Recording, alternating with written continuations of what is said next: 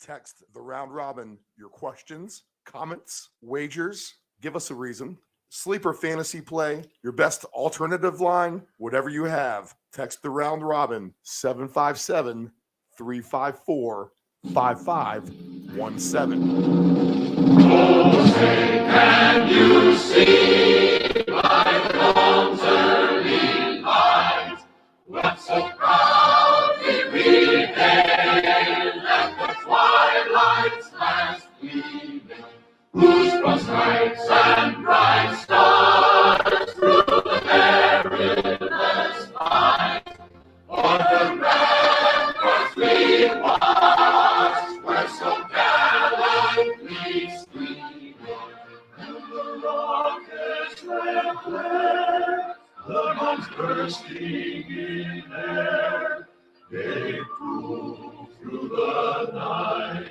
that our flag was still there.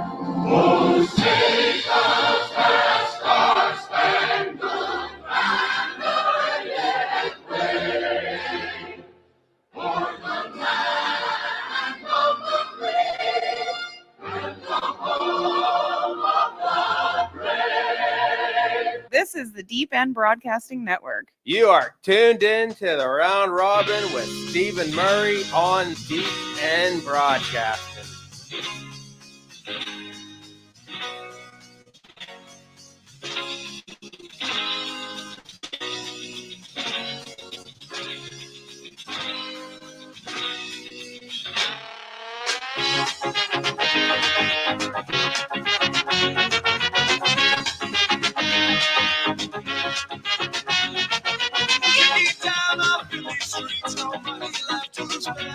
Still singing Bible night before I praise on the bed. Wherever head I see the crowd and flashing through the lights. I run to see the college of sunrise. To the free show. Never know what's going on. Just happy to exist. Good morning from the coastal shores of Virginia Beach, Virginia, the United States of America.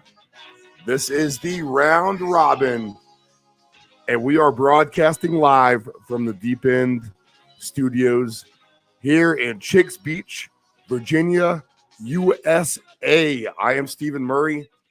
This is Week 12, your first look at everything in the NFL, getting ready for a huge gambling Sunday.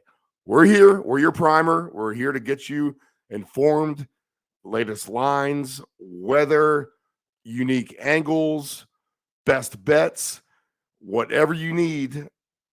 It's early morning, live at 6 a.m. We are here for you. That's actually the subject of how I will start the show is, why are you on at 6 a.m.?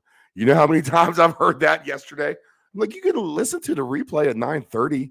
You don't have to wake up at 6. No. No one wants to replay it. Everyone wants everything fresh.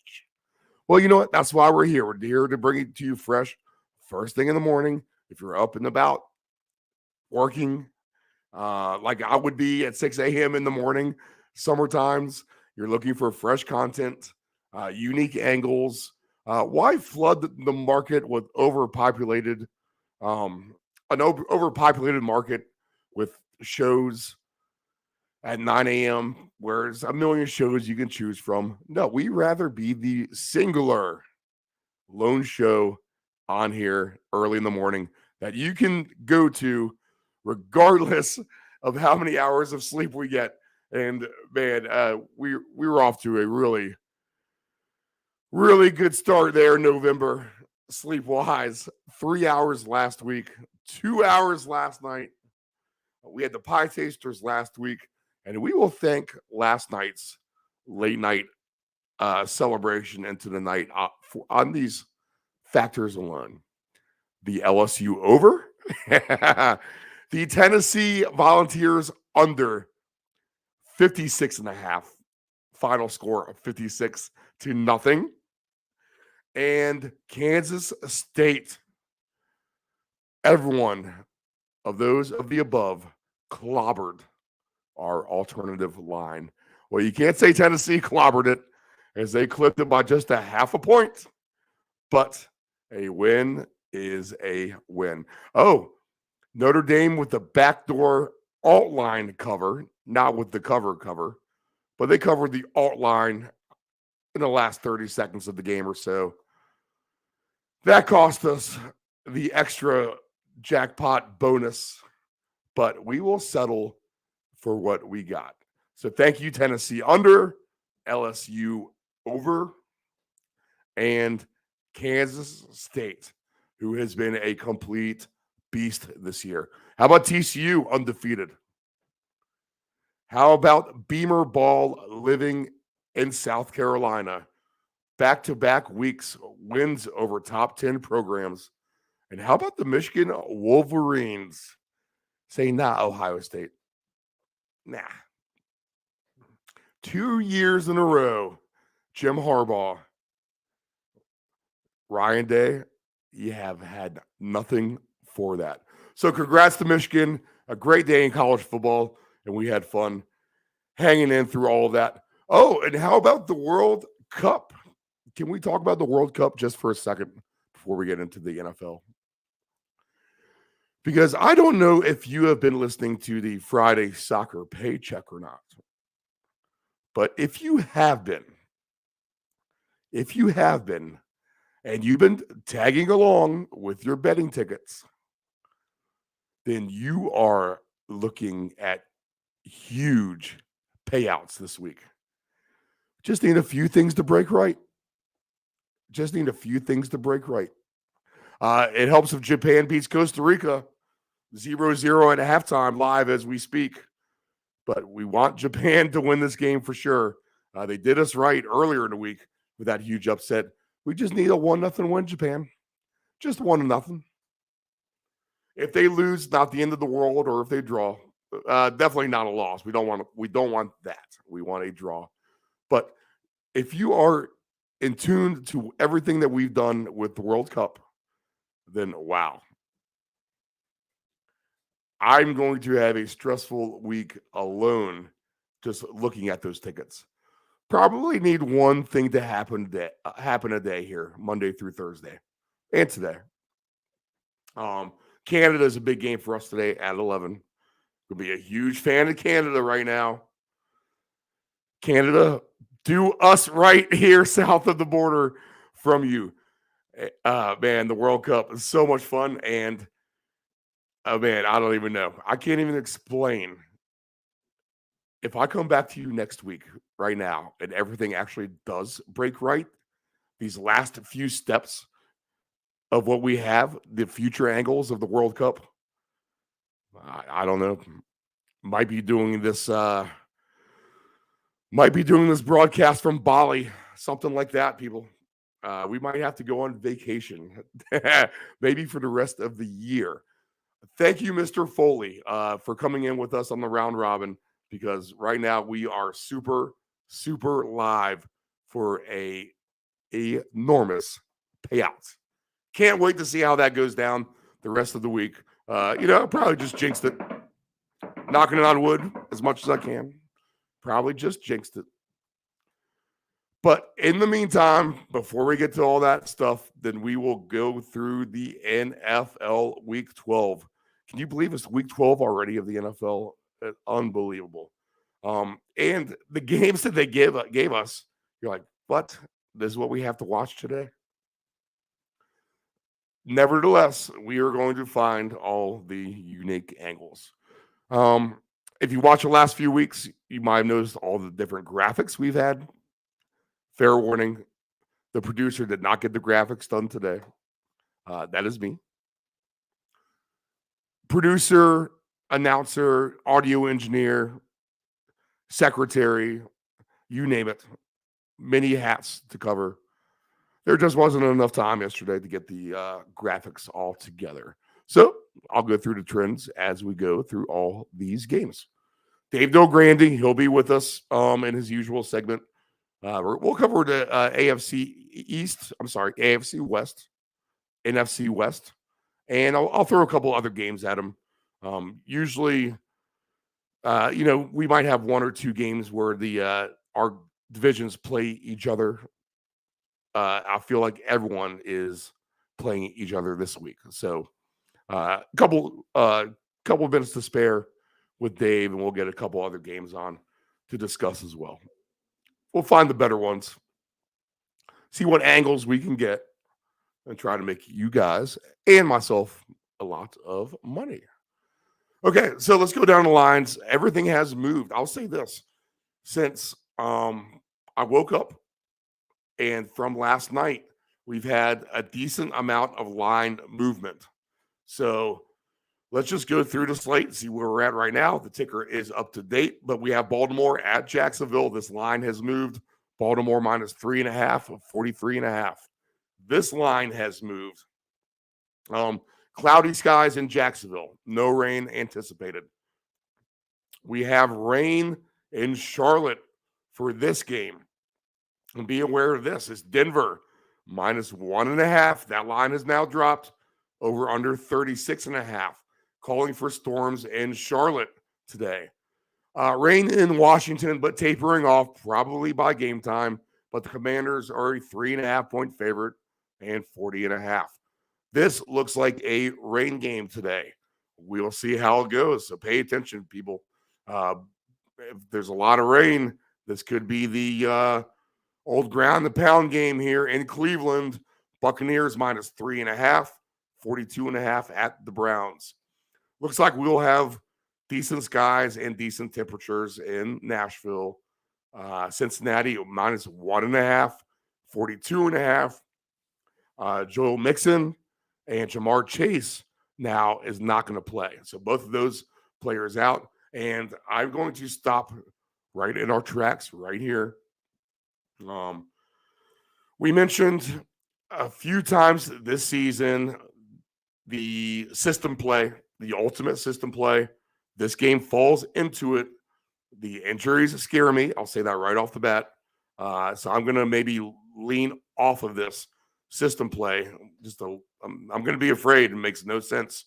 Why are the Bengals with a worse record the favorite on the road at Tennessee, the team with the better record? So grasp that again. Cincinnati 6-4 at 7-3. Tennessee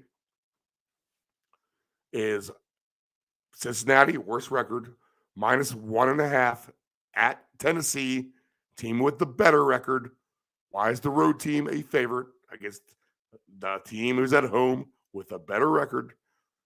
Over under 42.5. So the system plays this. You always got to play that favorite on the road. 3-0 this so far on the season. Last week, Dallas did it at Minnesota, and then we had it in two divisional scenarios on the same week. I think about a month ago, we had the 49ers winning as a favorite on the road at Los Angeles, the team with the better record at the time. And I think they were 3-3 at the time and haven't won since, is what it was. And also the Patriots at the Jets. The Patriots were the team with the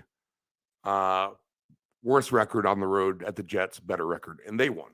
But now with no Jamar Chase, that's kind of late news, and Mixon out. I don't know where the production completely comes for Cincinnati. And against a team like Tennessee, who is a gritty, a ground and pound team, I mean, they've covered every week in a row now since they got blown out in Buffalo. Tennessee has been the premier moneymaker of all the teams of the NFL. If you bet on Tennessee every week, you're golden. Can you bet on Tennessee on the alternate lines? Not really. I mean, they keep everything close. They're not explosive. They just do what they need to do to win the game. And with no Jamar Chase and Joe Mixon, then I'm hesitant to lay the points on the road with Cincinnati in that system play scenario. So we'll pay attention to that. Houston and Miami. How about this? 86 degrees and sunny skies in Miami. You people up north in Michigan, I don't know, North Dakota. I don't know, New Hampshire, you name it. I don't know what your temperature is now. I know it's mid-50s here in Virginia. I can live with that. But if you can't live with your low 30s today, then Miami, 86 degrees as we head into December there in Miami. For Dolphins, Texans, 14 points. Dolphins are the favorite, 46.5. So, yes, that line has moved. Cincinnati line has moved. They have all moved for the most part. This line has moved, has gone up. Jets minus 6.5. Over under 38.5. They host the Bears. Weather should be clearing out there. This looks like a rain game later today. So pay attention to this. In the 4 o'clock window, Seattle is minus 3.5, over under 47.5, as the Seahawks host the Las Vegas Raiders. Los Angeles Chargers, minus 3 at Arizona indoors, 48.5. This line has moved. Kansas City, 15.5 point favorite over the Rams, over under 42.5. The over under is down a full point overnight. 15.5, same number. San Francisco 49ers minus 8.5, over under 43, hosting the Saints, 425. That over under is down overnight. Philadelphia night game 8:20 minus 6.5, 46.5. They host Green Bay, and this looks like a weather game. 50% chance of showers. The bulk of the chance of the showers coming right at kickoff for the game, Philadelphia and Green Bay. So pay attention to that. Indianapolis tomorrow night in the Dome, Lucas Oil Stadium, 2.5 point favorites, over under 39.5, with the Steelers in town for that. All right. So those are your updated lines. The one thing we want to look at too as we move forward is the playoff picture. So we talked about this Thursday. If you listen to the special edition, we want to start looking at the playoff picture. Who is on the outside looking in? And if they lose this week, then they are that much further out looking in, and more of a gleam picture, trying to get the idea in our head that these teams may start to roll over and die on us. So let's look at that real quick, and then we'll go to break, and we'll get Mr. Dave Grande in here. So as the playoff picture stands right now in the AFC, the Chiefs are the top seed, 8-2 overall. The Bills, they were 5th in the wild card. This is a little convoluted here. The Bills up to the 2nd seed already, but there's a game to be played with the Titans and the Ravens, and if they both win, then the Bills drop right back down to maybe 4th overall. But here's your top 4: Chiefs, Bills, Titans, Ravens, and 5th are the Dolphins. They could end up still in 1st place at the end of the day. If they end up 8-3 as well, after they beat Houston, they'll have the tiebreaker over Buffalo. Cincinnati 6-4, and the Jets 6-4. The Patriots lose Thursday. That hurts them. They are now on the outside looking in at 6-5. The Chargers, with a win today, can improve their position to 6-5. And the teams on the rest of the season, let's just call it a day, pack the bags for Cancun, will be this. The Colts 4-6-1. So if they don't win Monday, that's it. They're done. Jaguars, Raiders, both 3-7. They basically need to win out to keep their season alive. Browns, Broncos, Steelers, all 3-7. Basically, all those teams just need to win out, or there's no hope, I would say. I guess you can't say that. There's still 7 games to play, and they trail the 7th spot by 3 full games. But, man, that's going to be asking a lot, especially if the teams up top keep winning. Then your magic number, gets higher fast, put it that way. Okay, in the NFC, Eagles, we talked about them. Big game tonight. They're 9-1, but the Vikings 9-2 overall. Wow, Minnesota 9-2 overall. Nice season for them. 49ers at 6-4. Buccaneers at 5-5. So those are all your division leaders. And then in the wild card, Dallas 8-3. They look to be pretty safe for the most part right now. Giants 7-4. Seattle gets a win today. They are 7-4, but those are your three wild card teams right now: Dallas, the Giants, and the Seahawks. And outside looking in, the first spot in the 8th spot is Washington at 6-5. So a big game for them today. They play the Falcons, who are the spot right behind them at 5-6. If Washington can beat Atlanta today, then it's basically just you can't say it's just Washington in the hunt by themselves for the wild card, but it's going to be trending that way anyway. Really, it'll be that last wild card spot up for grabs, probably between the Giants, Seahawks, and Washington. That is what it looks like to be for your three teams to battle it out for two spots down the stretch. Now, if the Falcons win today, then that list gets bigger. You can throw Giants, Seahawks, Washington, and Atlanta in there. So this is a huge game for Atlanta. And creeping way out, trying to find their way back in, will be the Lions, Packers, Saints, Cardinals, all 4-7.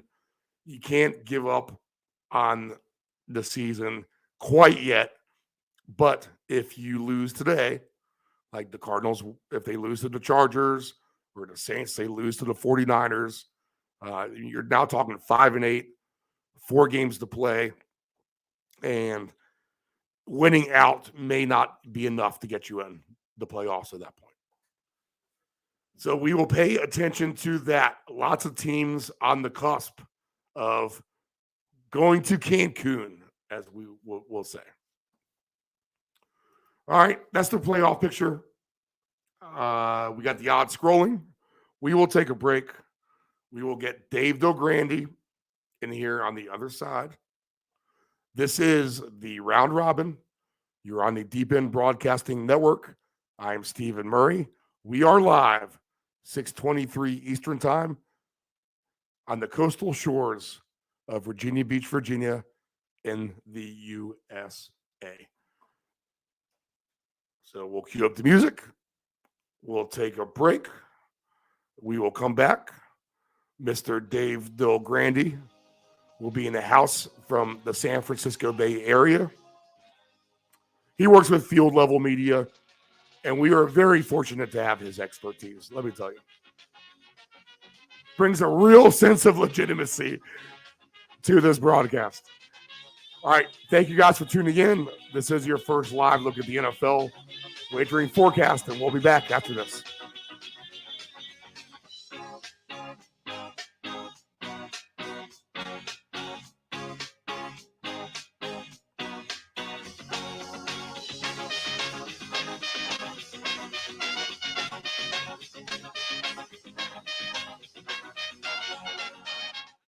Know your gambling limits.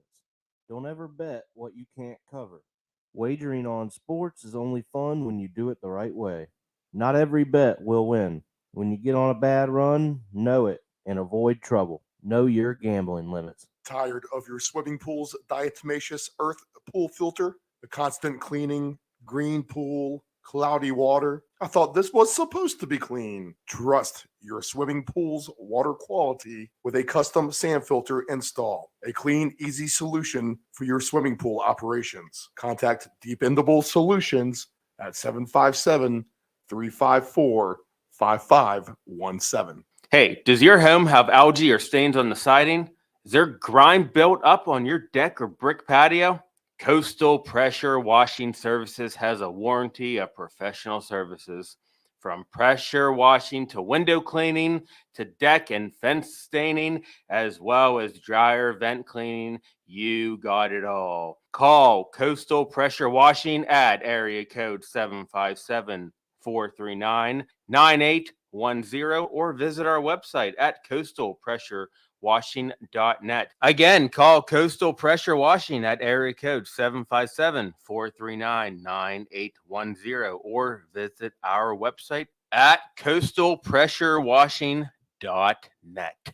Do you want to advertise with Deep End Broadcasting?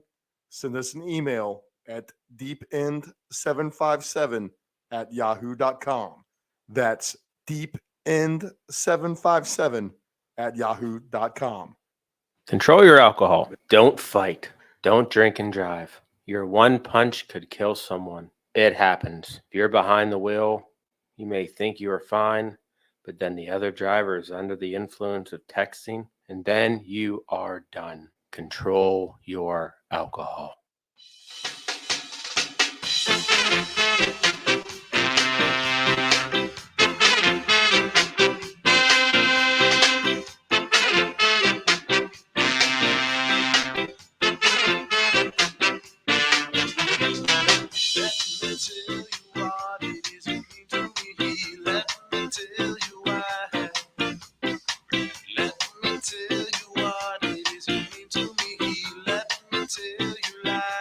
Week 12 of the NFL season continues, and from the West Coast, he worked for Field Level Media. Dave Grande joins us again. We'll go ahead and get right into the games, Dave. A lot of our AFC and NFC teams are playing each other again this weekend. So let me throw a couple other games at you. We'll start with a 1 o'clock p.m. Eastern Standard Time kickoff. Tampa Bay is at Cleveland. What do you see for Brady and the Buccaneers on the road up there, and what will probably be the quarterback Brissett's last game for the Browns? Well, it's you wouldn't expect that this would be a big game for Tampa Bay, but man, they're headed in the Rams' direction. I mean, we've kept talking about it. The Rams, are they going to turn it around? The Packers, kind of the same way. It seems that the Rams have fallen off a cliff. The Packers seem to be on the edge of the cliff, and Tampa isn't necessarily there, but you can see it with your binoculars. I mean, this is a game that I wouldn't call it a must-win, but certainly is a very important game for them. And they're missing Fournette, a big point producer in fantasy at running back, and I think it opens up a big door for White to come in and have a really nice game for them. I think if you've been smart and stashed him on your roster after he had a couple of decent games early on, this is the type of game you kind of mentioned that you don't know what the weather's going to be like in Cleveland.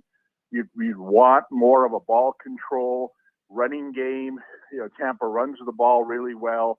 I think that Tampa has the ability to grind this one out without Brady really having a big game. As they seem to be healthy for the most part. They got the receivers. They've got Brady still healthy. They do, even though the starting running back's out, like I said, the backup running back is really good. I just think they have more offensive weapons than Cleveland does. And like you said, there's the distraction factor. I mean, what's Brissett thinking right now? I mean, is he thinking, let's go out with a bang and let's make it a tough decision for them next week? Or is he totally distracted by the fact that, oh my God, I'm the starting quarterback and they're not even using me at practice to get the other guy ready for next week, and by which point the games are going to be meaningless. So I think Tampa Bay is going to take care of business in this game. Like I said, because they have the tools that, even for a Southern team, they have the tools to go north and take care of business. I'm almost surprised they haven't used that running back a little bit more, to be honest. He is a really, really good runner.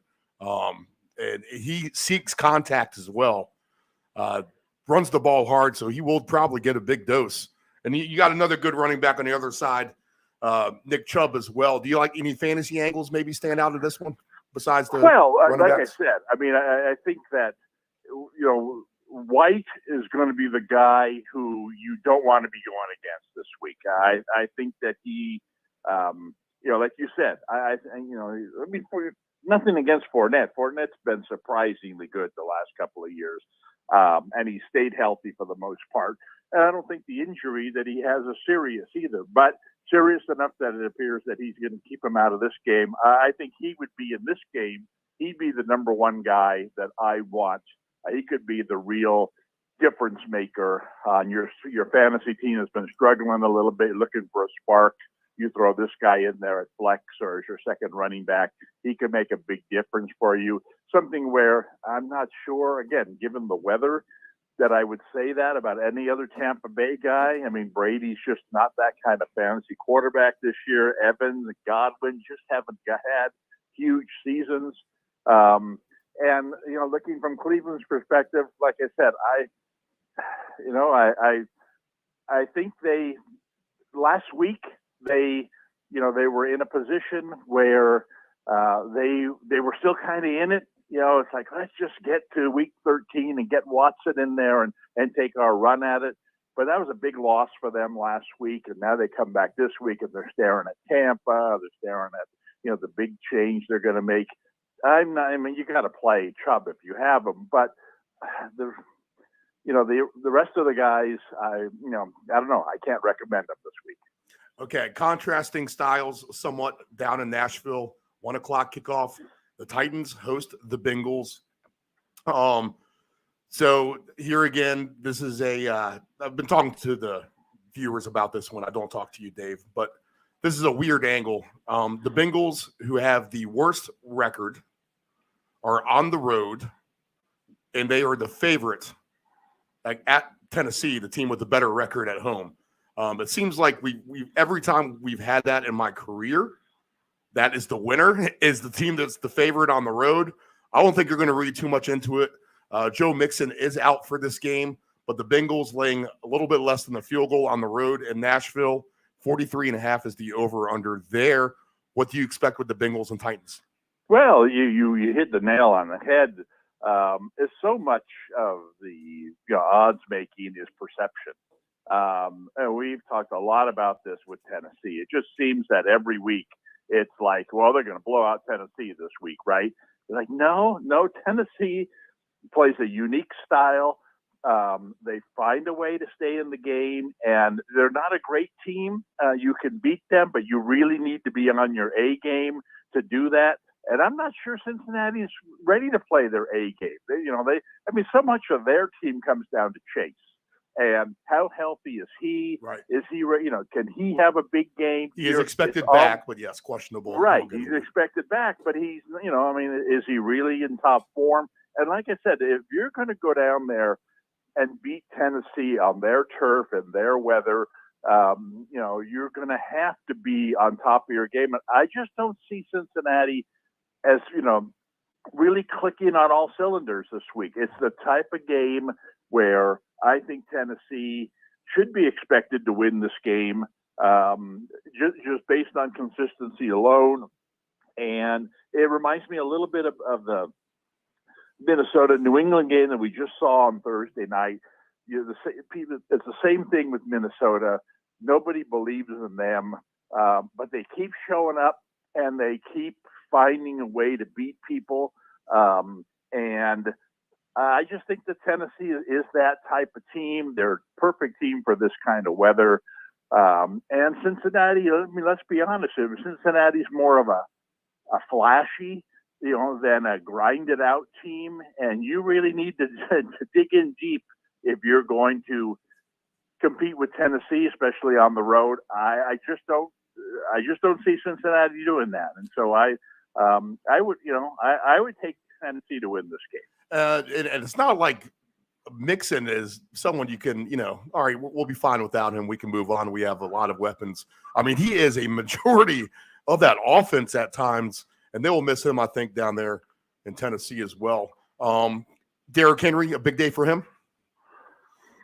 I wouldn't. I'd put him in my lineup certainly for sure if I had him. But I don't know. I wouldn't expect his biggest game, just because I think what tends to happen a lot in the NFL is one team will score as much as the other team scores.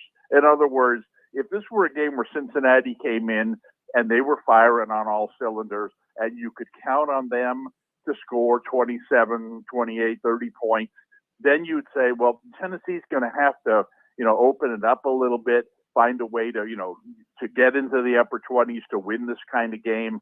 And so, maybe create an additional scoring opportunity or two. But I'm not sure that this is that type of game. I don't think Cincinnati's going to be scoring in the upper 20s, maybe the lower 20s.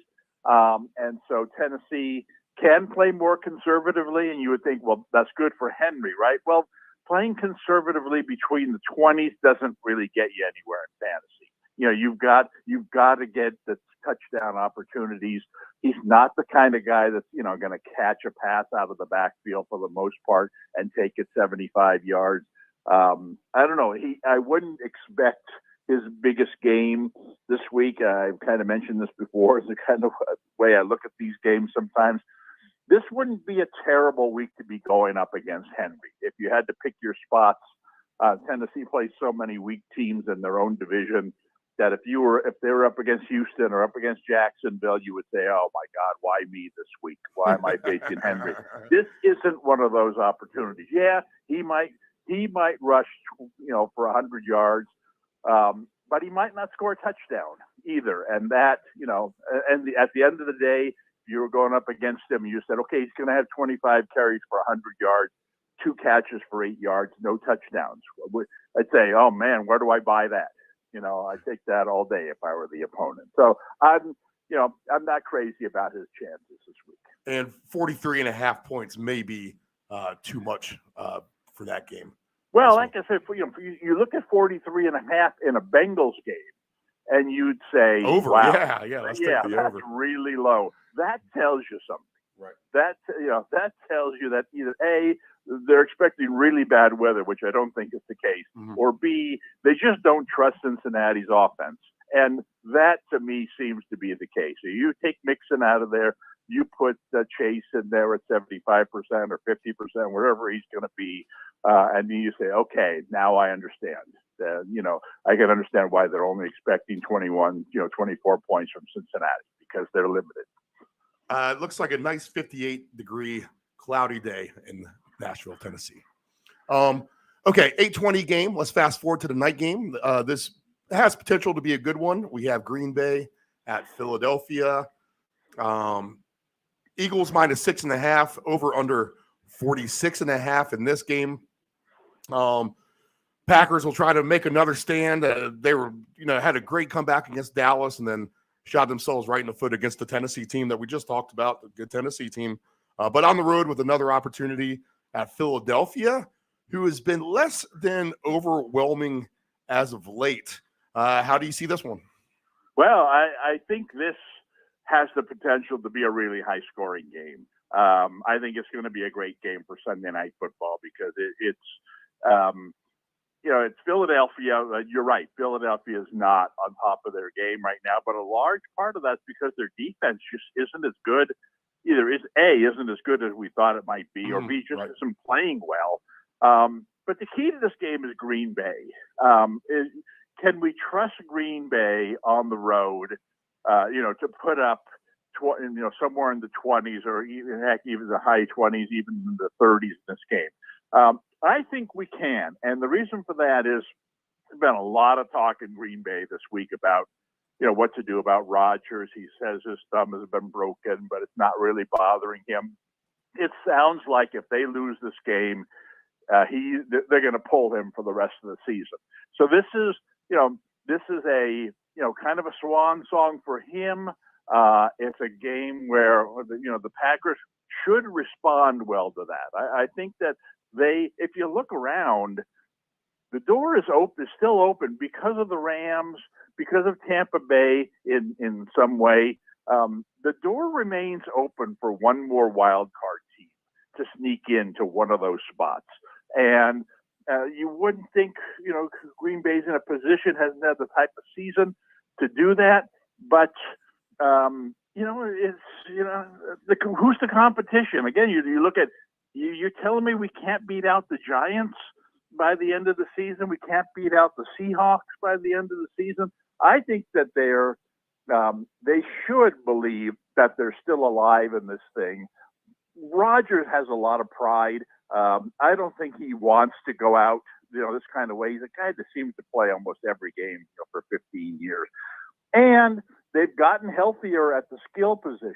I mean, they've still got both their running backs running strong. Obviously they've developed this Watson guy on the outside who has 5 touchdowns the last 2 weeks. But Lazard is healthy. Tanyan's healthy. I mean, they've got finally a nice collection of wide receivers and tight ends. I think they're ready to fire on all cylinders this week, whether Rodgers is at 100% or 80% or whatever. He's not I got to throw the ball 50 yards kind of guy anyway. And Philadelphia's defense, I think, just opens the door. I mean, they're the type of team that I think is going to have trouble getting off the field against the type of offense that Green Bay runs. I think Green Bay is going to hang in this game. I think Green Bay could win this game. And we've seen this before from Rodgers.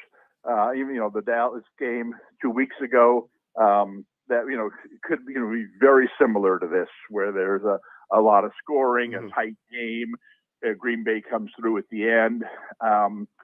So I think this is, among all the games this weekend, with the exception of one we'll talk about, I think this could be the big fantasy prize game that, you're behind going into Sunday night, but thank goodness you've got a couple guys going in this game and you make your big comeback. So I think it's a great Sunday night game. Hey, yeah, we said that last week. If you had to bail out or if you wanted to double up, just maybe simply take the over in that Chiefs-Chargers game, and that's what happened. So maybe the same advice this week. 46.5, a cheap number for these two. I think this week has the potential to be even higher scoring than last week. Again, just because I think the weakest unit to me, it seems, on the field at this point is Philadelphia's defense. If Philadelphia is going to find a way to score points, Green Bay has not been stellar defensively. We saw this even last week against Tennessee. But like I said, I think, if push comes to shove, do you trust Aaron Rodgers or not trust Aaron Rodgers, even when he's not having a very good season? I trust Aaron Rodgers. I think he's gonna, have one of his better games, if not his best game of the season. And if he does, then Philadelphia is going to have to, fire all their big weapons, and they certainly have plenty of them. And I think that this could be a game where you're looking at, 17 all or 20-17 at halftime, and you're already counting your money on the over. Right. Okay, this must be the fantasy shootout you were talking about. 1 o'clock down in Charlotte, North Carolina. The Denver Broncos are at the Carolina Panthers. Denver is laying 1.5 points. The over-under, a very, very low of the season low so far, 36.5 points for the Broncos and the Panthers. Woo! Good thing is there's at least 5 games on, or 6 games on at the 1 o'clock window, because surely this will not be on one of the 5 we have here at the station. So Broncos 1.5 on the road, 36.5. Anything on this? Well, it comes down to who's quarterbacking for the Panthers. Does it sound like Walker's quarterbacking this week again? I thought Sam Darnold was going to get the nod on that, but let me see what they got as far as props. That's a big, the big question here, because if Sam Darnold is the listed quarterback with the props right now. Okay, well then that makes a difference, because if it were Walker, then you would say there's a good chance that they don't score 10 points. There's a good chance that then Denver scores a defensive touchdown. That you definitely want the Denver defense going in fantasy as probably the only thing to recommend in this game. Darnold should be able to keep them somewhat competitive, kind of like when Mayfield went in and started quarterbacking for them. they became a lot better offensive team. Now, granted, when you start at the bottom, being a lot better isn't that much, but it's significant. And so, I mean, I keep looking at Denver and looking at who they're surrounding Wilson with. Not only is their offensive lineman terrible, but you've got Judy, he's out. You got Hamler, he's out. So you're left with Sutton on the outside, Dulcich, who's come on at tight end, and been decent. But then you look at their running backs, and they just waived Gordon. Williams isn't playing. They're down to Latavius Murray. And so it's like, oh my God, you're talking the top two receivers out, the top two running backs out, and when they traded their star tight end in order to get Wilson, and they were already a bad offensive team last year. I mean, how in the world do you expect Wilson to do anything? And none of them, watched last week. I thought that, against the Raiders, that they might be able to do something, and they just, they threw one long touchdown pass to some, no-name wide receiver, and that's about all they did the entire game. And when it was really, yes, I did watch that game. I got no life. But you know what? I got a little more life than to watch them this week. I'm not sure that it's an option anyway. But I think that, Darnold, like I said, the best thing that he can do is not turn the ball over, get a first down or two, get up to the 40-yard line so that when you punt, then Denver takes over at their own 20, because Denver's not driving the length of the field. Carolina is decent defensively. This, I think the low total on this game is definitely justified. If I had to take a flyer on anything in this game, I would take a shot with Dulcich, as someone who could score a touchdown, might have some decent yardage as a receiver. Because like I said, one of the problems that Denver's had this year is their offensive line has been terrible. And so it's forced kind of a short passing game, which hasn't been Wilson's strength ever and still isn't. But they've got no choice.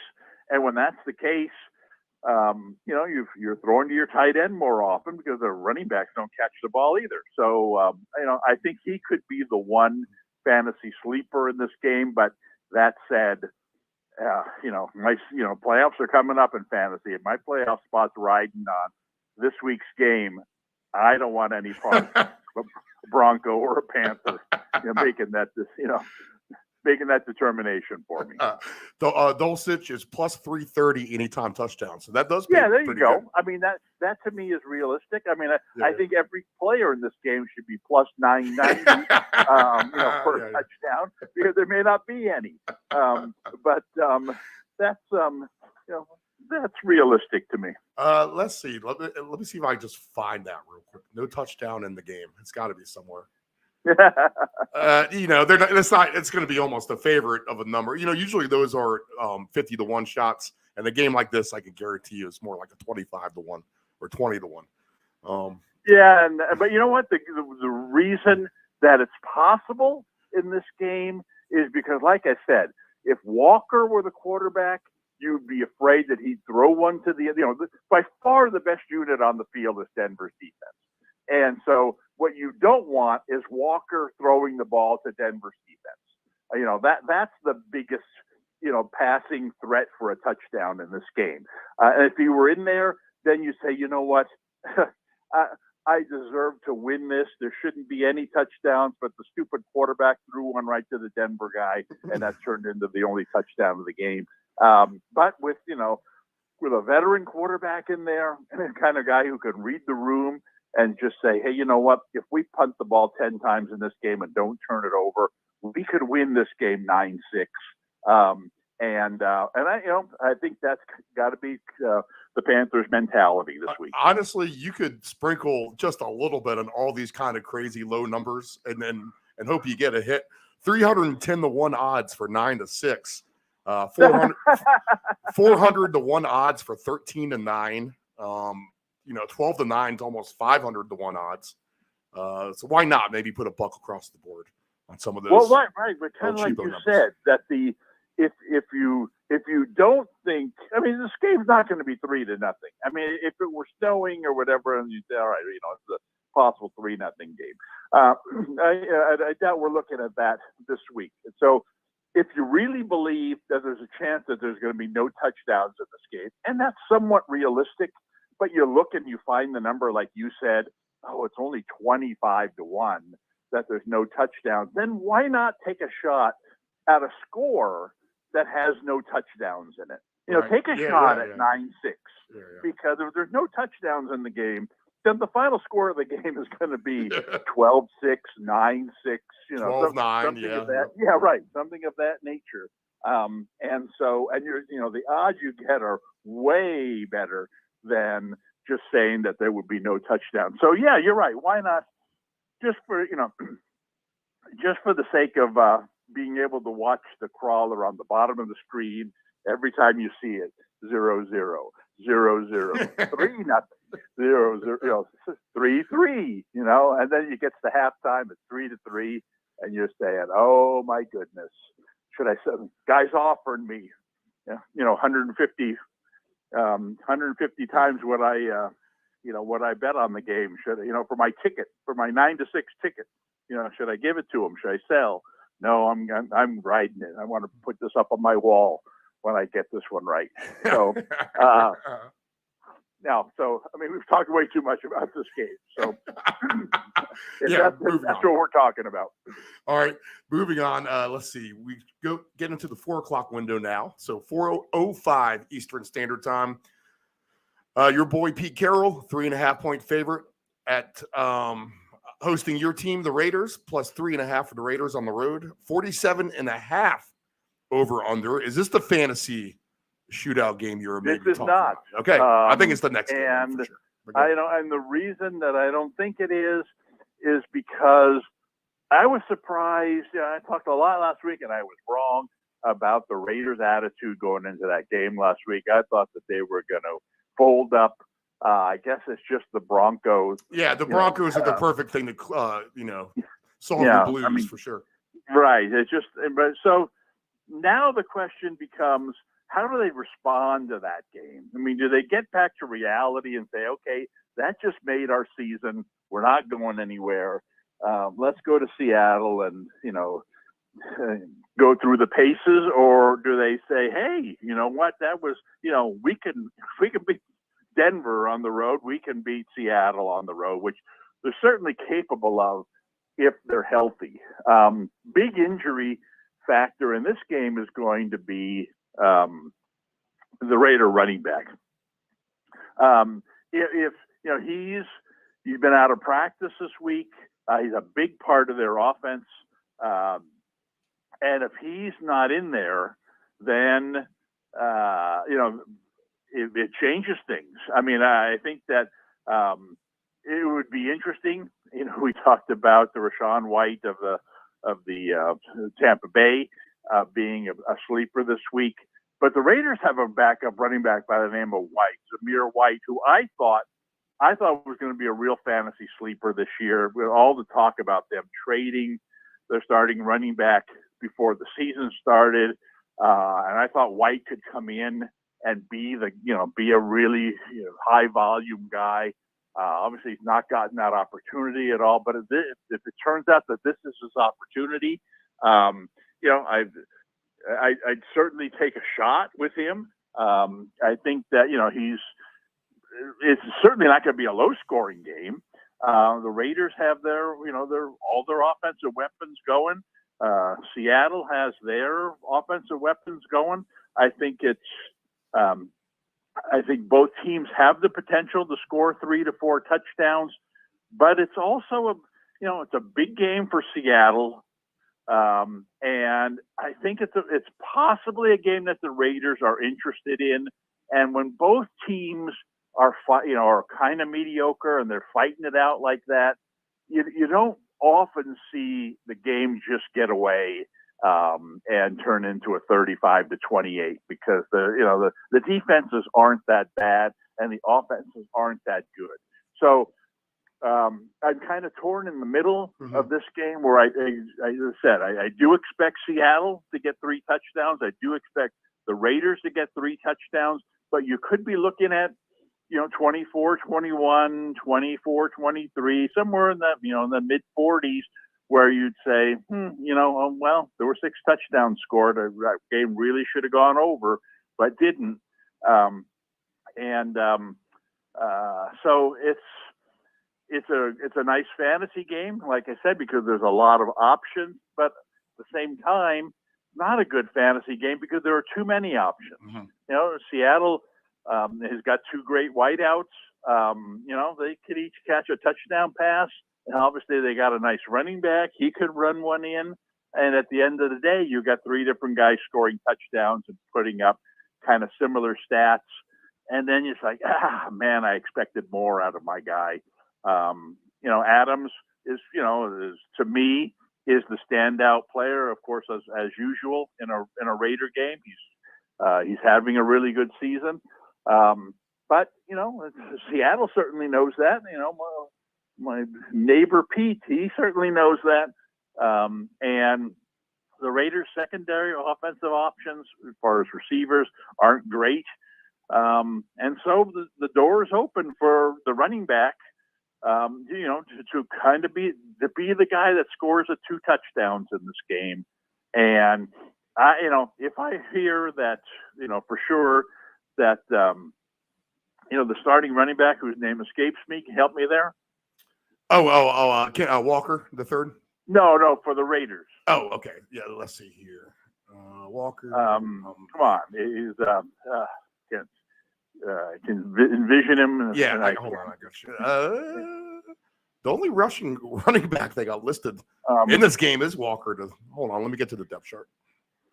Well, like I said, it's because he hasn't been practicing, and he's questionable at best in this game. And this is not Jacobs, Bolden, Abdullah. Josh Jacobs. And so, he's having a great season for someone who, like I said, I thought that all indications were they were tired of him. They weren't giving him a contract extension. They were dealing him before the season. They used a high draft pick to draft White. If he's out of this game, then as I said, as a sleeper, as a long shot, I take a look at White as a guy to score a touchdown, as a guy possibly to score, be the only guy in the game to score 2. Okay. All right. Raiders Seahawks 4:05 in Seattle on Sunday. Okay, this must be your fantasy game. Chargers at Arizona. Correct? There you go. Yeah, all right. So, okay. Chargers -3, over under 48.5. And as Dave Grande would say, which half? The first half, 48.5, the second half. So let's hear it. Why do you love this game so much? Kyler Murray is back. Two reasons. Number one, the Chargers have gotten healthier with their receivers. Herbert went a long time without Allen, without Williams, and Williams is still out. But without them, they developed a third receiver. Where's my memory today? Josh. Hold on. Come on. I'm not helping you. So the player props aren't helping me here. Hold on. So they developed a third, wide receiver who's come in and had some good, had some really good games. Had an incredible game. We have Palmer. There we go. And Palmer's come in and developed himself as a legitimate, NFL receiver. No surprise that last week when Allen came back and drew a lot of the attention, that Palmer had a better game. And Allen's back now. Herbert, Herbert's still throwing the ball. They've got a ton of weapons, and they're this is a game they need to win. And I think that last week when we saw them put up, have a good offensive game, to me that was like, okay, this is a buy sign. This is the Chargers indicating even without Williams, that, Eckler's healthy, Herbert's healthy, Allen's healthy. They've got their high-powered offense going. Now, you look at the other side of the ball, and you'd say the same thing. You look at, the big question has been Murray, but Murray supposedly is healthy now. He gets Hollywood Brown back this week to go with Hopkins. It's kind of the same as what the Chargers have.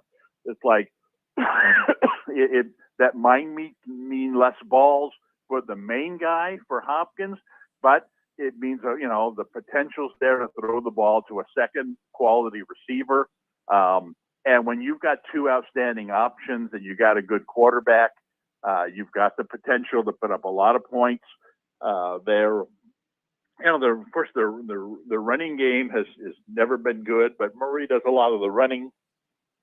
I think that, like I said, with the Chargers, if they have to score a lot of points to win, I think they have the potential now to do that. And the way the Cardinals are healthy and they've got their offensive, especially their passing weapons going, I think they're going to have to score a lot of points to win. And so this could very easily become a big time passing shootout between two very good quarterbacks. Let's see. If we look in terms of that, Kyler Murray, 250 yards passing is even money. You get plus 182 if you can get to 275. Man, getting him to 300 sounds like a stretch. Could he get to 300? Kyler Murray? I think he could. Again, and the reason is that when you add Brown to the mix, Hopkins is a kind of a, I don't want to call him a possession receiver, but he's not really the kind of guy where you throw him the wide receiver screen and, you let him run 70 yards. But Brown is. And so as you've got two guys, going over to cut off Hopkins, on his short patterns, there goes Brown running through the middle of your secondary, kind of like we see, Deebo Samuel, these kind of guys, catch the short pass. He's being single guarded. The good defenders behind him already. The safety's already over with Hopkins, and there goes Brown running the other direction, and you run 70 yards. And so then, you look at that. All it takes is one play like that to turn a 220-yard passing game into a 290-yard passing game. And also what's good about a play like that, kind of like I talked about before, if Arizona gets a play like that, then the Chargers need to come right back and score. The Chargers see, it's going to be that kind of game. All right, well, let's come back and get our points. So they start throwing more, and obviously as the teams are throwing more, the clock's moving slower, the ball's moving faster. And so it just gives each quarterback more opportunities. I could see them both going over 300 yards in this game. Like I said, where I'm sure the odds are lower for Hopkins and for Allen to have big games. I would look at the other two guys. I would look at Brown, and I would look at Palmer as guys who could have really big games here, kind of under the radar, and be the big ticket cashers. Let's see here. They don't have yardage posted for those guys yet on this book. But let's see if we get a touchdown score prop on them anyway. Palmer's plus 170. Hollywood Brown is plus 200 for a touchdown. There's your boy Robbie Anderson down there at plus 350 if he can ever show up. Well, oh man, has he been disappointing. And the thing is, now that Brown is back, there's even less opportunity for him to play. They had another injury at wide receiver, the Dorsch guy who was actually doing, kind of came in and did what I expected Anderson to do. He got injured. I thought, oh boy, is this Anderson's opportunity? And then I read, it's Hollywood Brown's week to come back. And so, no, I'm not talking about Anderson anymore. But stay tuned because, when when they have another injury at wide receiver, they might have no choice. But yeah, I mean, you parlay a plus 170 with a plus 200 or whatever for one touchdown a piece. That gets you a nice return. So that's something I would definitely look at. I think that the total touchdowns for the quarterbacks would also be something. Will Murray score a running touchdown? I think that they continue to have issues at running back. I think that he among all the of all the players in the game, given the fact that the Chargers running back is not a great runner around the goal line. I think he would be the most likely guy in the game to score a rushing touchdown, and I doubt the odds, would indicate that. So, I would look at him at a nice price to get a rushing touchdown. I just think that there's a lot of over possibilities in this game, and like I said, if you're playing fantasy, there's literally 6 different guys in this game that you'd want in your lineup. And so I can definitely see a 35-31 here. And we probably have to do a little mix and match with this game and the Green Bay Eagles game and find some of the best opportunities and throw those together tomorrow. Okay, Kansas City, they have a million things to play for. They're 8-2. The Chargers are 5-5, so a win here tomorrow doesn't clinch the division, but they're not far from it at this point. Of course, they got home field advantage to play for as well. So all the motivation in the world. And here come the Los Angeles Rams, where everyone on the line seems to be either out or questionable. They don't have a quarterback. It's probably going to be Bryce Perkins, is what it's looking like right now. For the Rams, 15.5 points. This is the biggest spread we have seen all year in the NFL. I don't know, Dave. I mean, this is just blowout central here. Can the Chiefs basically do anything they want in this game, do you think? I don't see why not. Right. In fact, it's one of those, excuse me, it's one of those games where you mentioned the motivation of the Chiefs going into the game. You wonder what their motivation is going to be in the second half. I mean, once you get a look at the Rams and you see how, I mean, you mentioned that, Cooper Kupp is out. They're waiving running back. Yeah. Their second string quarterback, is injured. And now, I wasn't there, but I can only imagine Allen Robinson, going to practice this week, seeing the third string quarterback, seeing the injuries that they have. All of a sudden, his hamstring has gotten tight. He wants no part of this game. I mean, they have Van Jefferson and a tight end and no other passing options. The quarterback probably doesn't matter anyway who the passing options are. They're weak in the running game. They're weak in the line. I just don't see the Rams competing at all offensively in this game.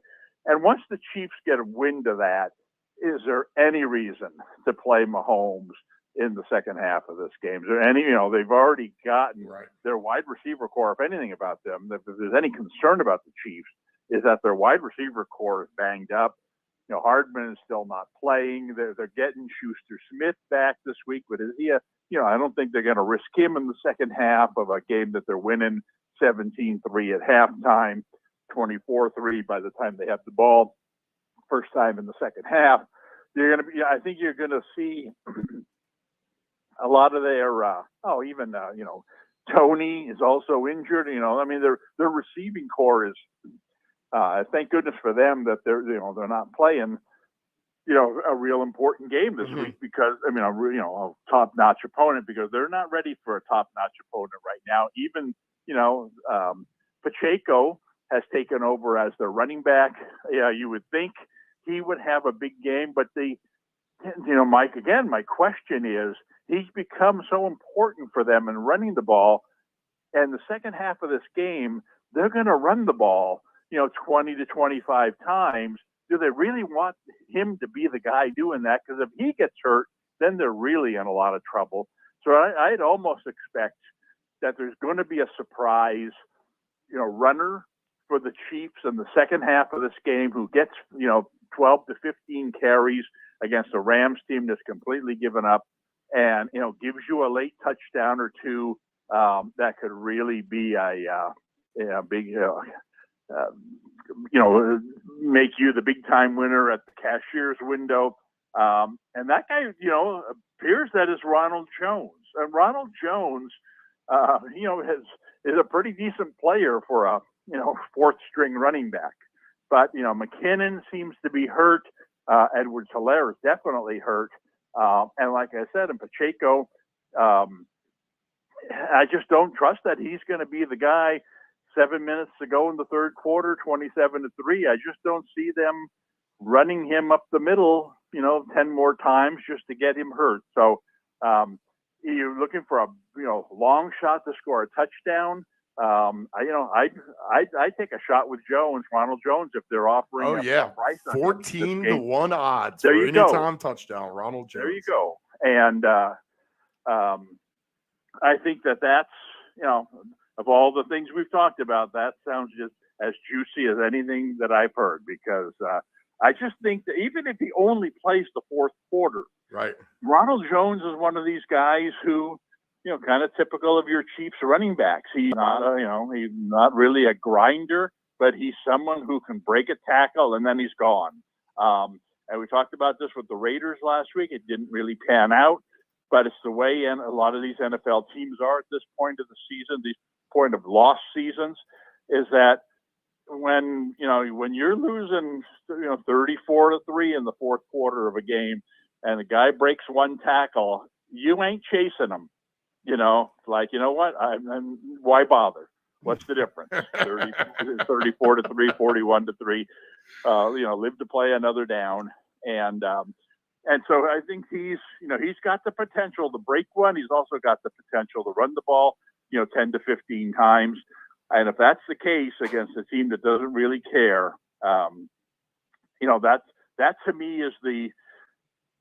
Other than maybe, taking a shot with the Kansas City's defense against a third string quarterback that has no receivers. We saw how bad the second string quarterback was a couple of weeks ago. If the third stringer is worse than that, he could throw a ball to Kansas City, to run in for a touchdown as well. So there's rather than say, well, a big game for Mahomes or a big game for Schuster-Smith or a big game for Pacheco, and they all, should have decent games.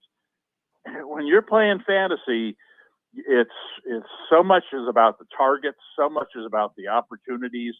And if you're telling me that Mahomes in this game is going to throw 18 passes, it's like, oh my God, you're kidding. I need more than that. You got to play Mahomes no matter what. But again, it's just one of those weeks where you look at the schedule. You say, oh, I'm going up against Mahomes this week. Oh, what terrible timing. And then you look at the matchup and say, yeah, you know what? Things could be a lot worse. I just don't see him having a monster game just because he won't have to. Yeah, that's a very good point. Oh, the threat of injury alone in this game is just enough to get everyone out of there. This is a interesting little ticket I've constructed here. So Ronald Jones, anytime touchdown. Josh Palmer, anytime touchdown. Greg Dulcich, anytime touchdown.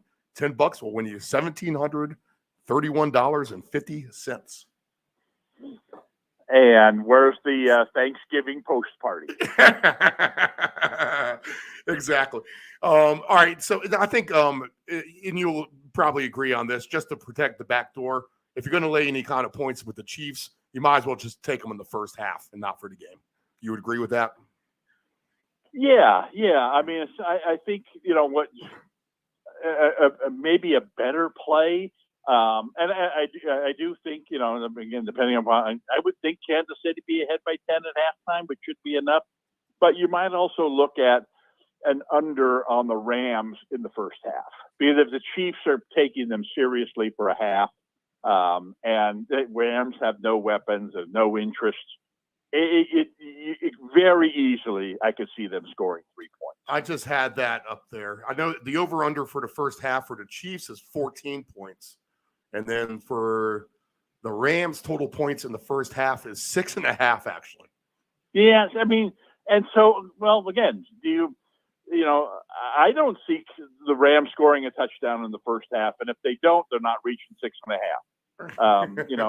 They might kick 2 field goals, and second half, anything, the door's wide open, anything's possible. It's going to be, Chiefs backups in there, and anything could happen. But in the first half, where Kansas City's taking the game seriously, I don't think it's a great play because the number's so low, but it's it's worthwhile. It's worth this is the way that I see this game going. Will Kansas City score more than 14 and a half? Probably, but I'd be more confident that their defense would be able to hold the Rams without a touchdown than I would that Kansas City's going to score more than 2 touchdowns. So that's the way I would look at this game. All right, in our last game in San Francisco, the 49ers, 6-4 on the season. They host the New Orleans Saints, 4-7. New Orleans as schizophrenic as it gets as far as NFL football teams, really, and maybe on the worst side of that, to be honest. So 8.5 is the number here. 43 is the total. I think we've been 49ers backers for the most part on the season. I see no reason to change that trend at this point here against the Saints and this 4:25 Eastern Standard kickoff time. But you are the resident 49er expert. You're right there. How does this game go down tomorrow? Well, it's, I respect the Saints defense maybe too much. I don't see the 49ers having their best offensive game. But that said, they're certainly building up to it. I mean, this last game of theirs, it doesn't get more impressive than that. I mean, when Garoppolo is playing at that kind of level now, I mean, the bar is low on him, granted. But when he plays to his bar, and the offense just seems to be, which is kind of weird for talking about a backup quarterback for the most part, guy who wasn't supposed to play this season. You wouldn't think that the offense would really be tailored around him, but because of his experience there, they've been able to switch back to a Garoppolo game plan. They've got all their receivers healthy. They've got more than enough running backs. It's kind of Kansas City, West. They have so many weapons that, in Kansas City's case, the quarterback's a weapon as well, which makes them one of the top teams. In the 49ers case, if there's any limitation, it's that the quarterback isn't an elite quarterback, but the coach is, and the coach knows kind of what he can get from his quarterback. So, I don't see how you stop them.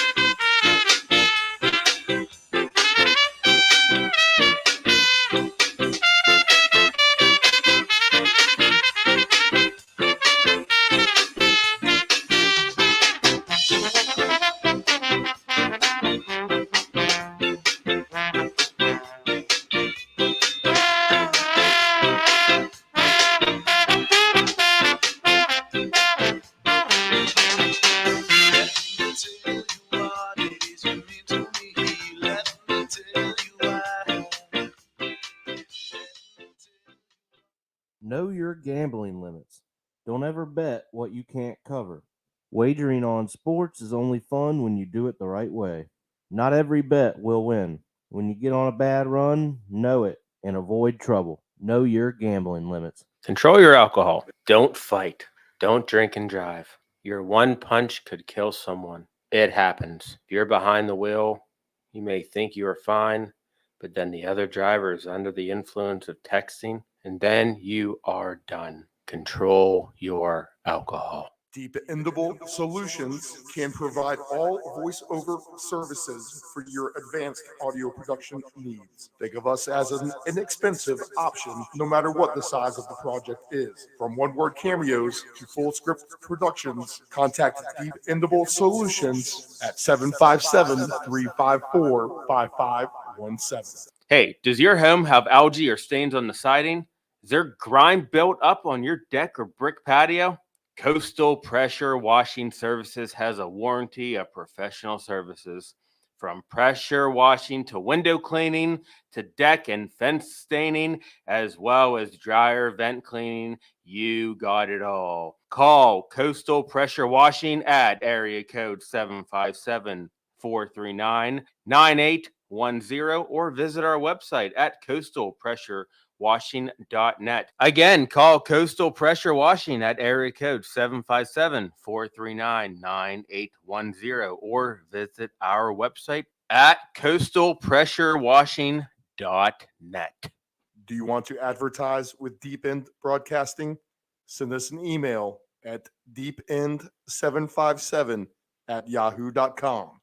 That's deepend757@yahoo.com. Text the round robin your questions, comments, wagers. Give us a reason. Sleeper fantasy play, your best alternative line, whatever you have. Text the round robin 757-354-5517.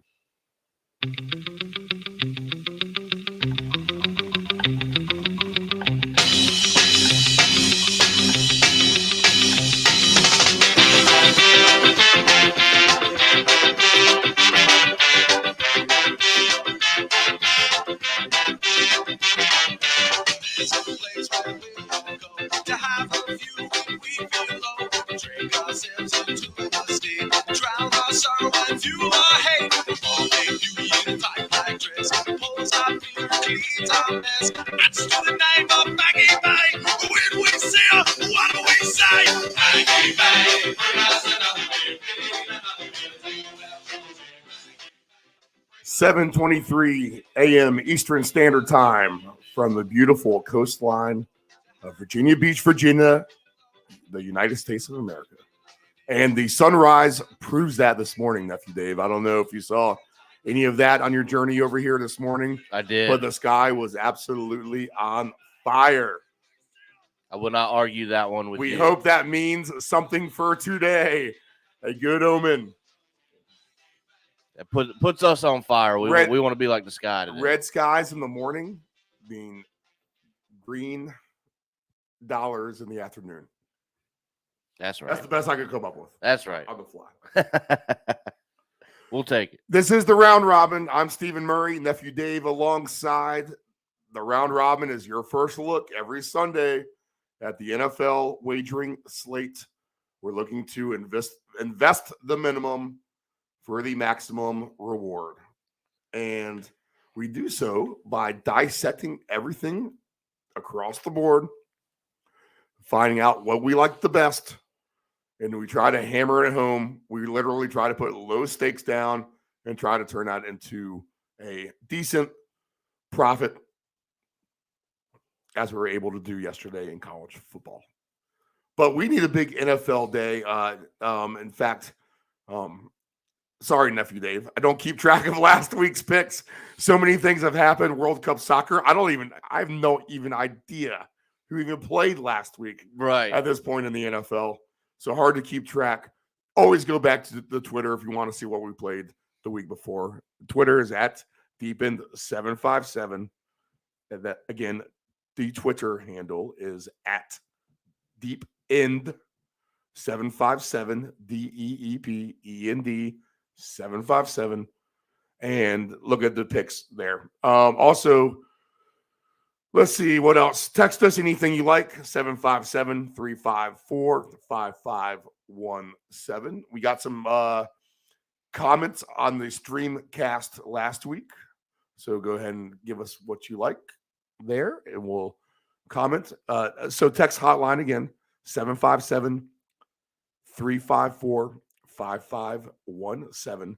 Text us your picks, anything you like, survivor pick, alt lines, whatever. So, Steve, I will say this real quick. Just a little saddened my underrun with the Patriots has ended. All good things must come to an end. What a good little run. I think it was, three or four picks I had going and under with them, and it did not get home, but we're going to jump back on track this week. So on the games on Thanksgiving, at the end of the day, I went ahead and said, let me just do the triple over. The Buffalo game fell a point short. The Patriots got there way easily. You saw that was going to be another game within 5 minutes. We said that on the air too. If you bet the under and it turns out to be 7-7 right off the bat, you're like, oh man, you can go ahead and throw your ticket away. Right. And that's what happened. And the Cowboys game, that creeped over. I was expecting a little bit more out of them though. Another touchdown would have been nice. But whatever. It's Thanksgiving. It was a lot of fun. Dalton Schultz, he came in through for 2 touchdowns, like we said. Knox never got his opportunities. Neither did Ramondre Stevenson. But Schultz got the 2 touchdowns. And we'd said that in multiple cases. So, we'll be happy that we had a fun day. And we'll take the win yesterday for sure as a makeup. And I had Stevenson twice there, Steve. I had him in the 1 ticket for 2, but I had him in another one for 1.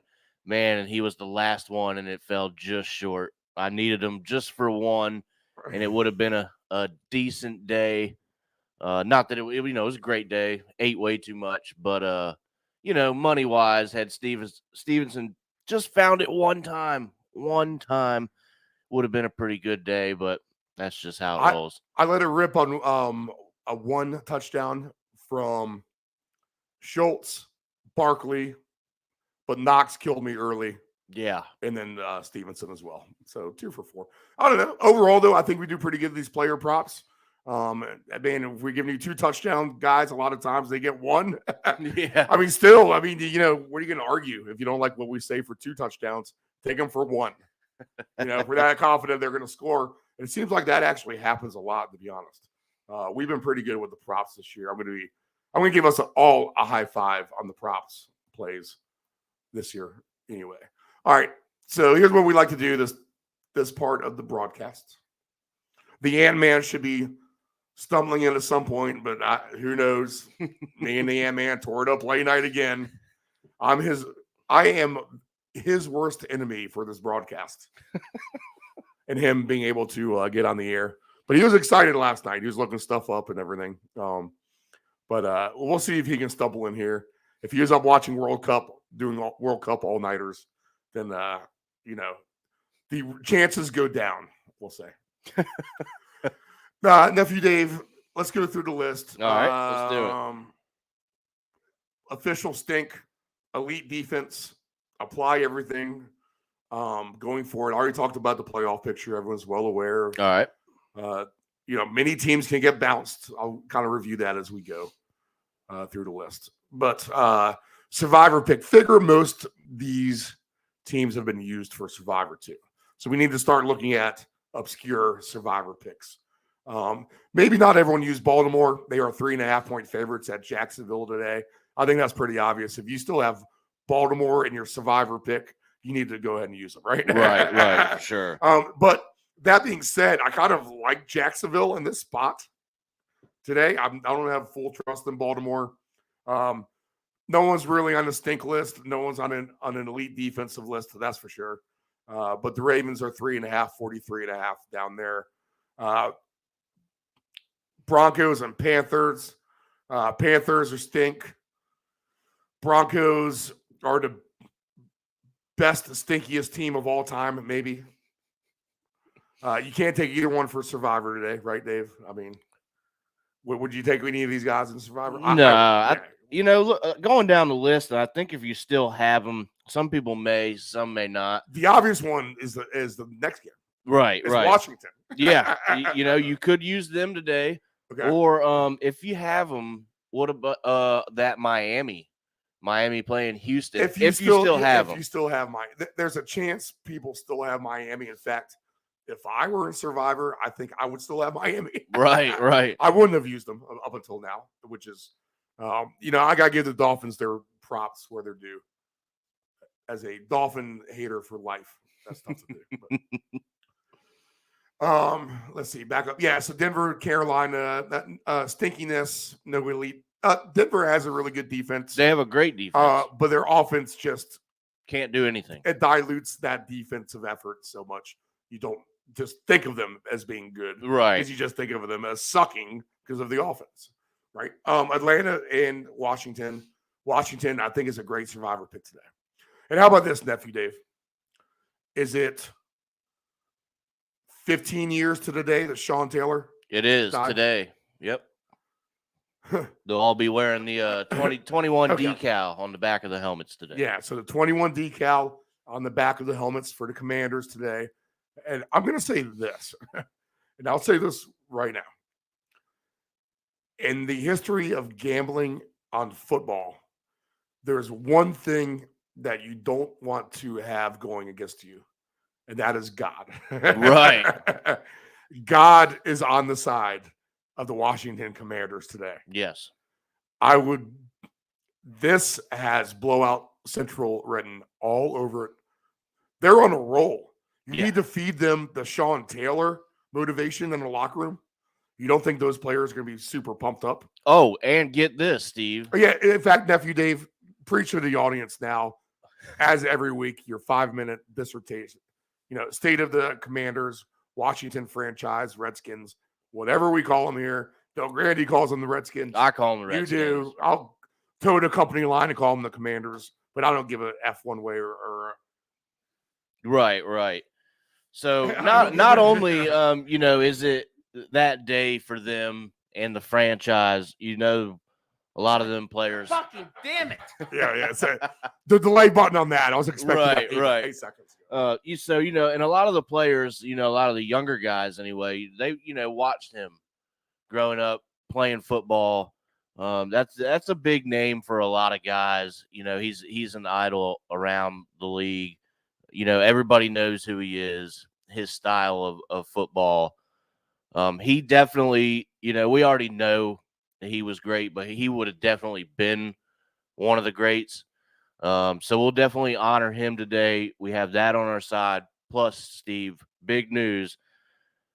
Chase Young comes back today. He will be playing. Now, he will be on a snap count, so he won't be out there all the time. So it'll be interesting to see what kind of energy he can bring back to this defense that's already humming right along, and I think we can put them in the sneaky good category defenses. They have kind of resurrected that. Oh, yeah. No, Washington, stock up on Washington in all facets. So, and the offense is rolling. They gave Heineke the job. And we jumped on him right at the right time. I think we've Absolutely. been Washington backers the last few weeks. I mean, and they have everything to play for today. Everything is right out in front of them. Giants lost, so that's good. If we can pull out a win today, we'll be one game behind them. You'll be rooting for the Raiders. So it'll be a Raiders type of day for me. It's just, Steve, they have a lot. Like I said, they have a lot to play for today. They are still in it. This is the first time in a long time that they've actually been over 500 at this point in the season, playing some meaningful football. So the Falcons, they're not an easy out. I will say that. They have been in a lot of their games. But, Steve, you just have to look at what Washington is doing. They're fired up. They have a lot of confidence. Defense is playing great. Our offense is finally doing what we thought it would do as opposed to the beginning of the season. You saw Carson Wentz. He had good stats, but they just weren't getting it done. I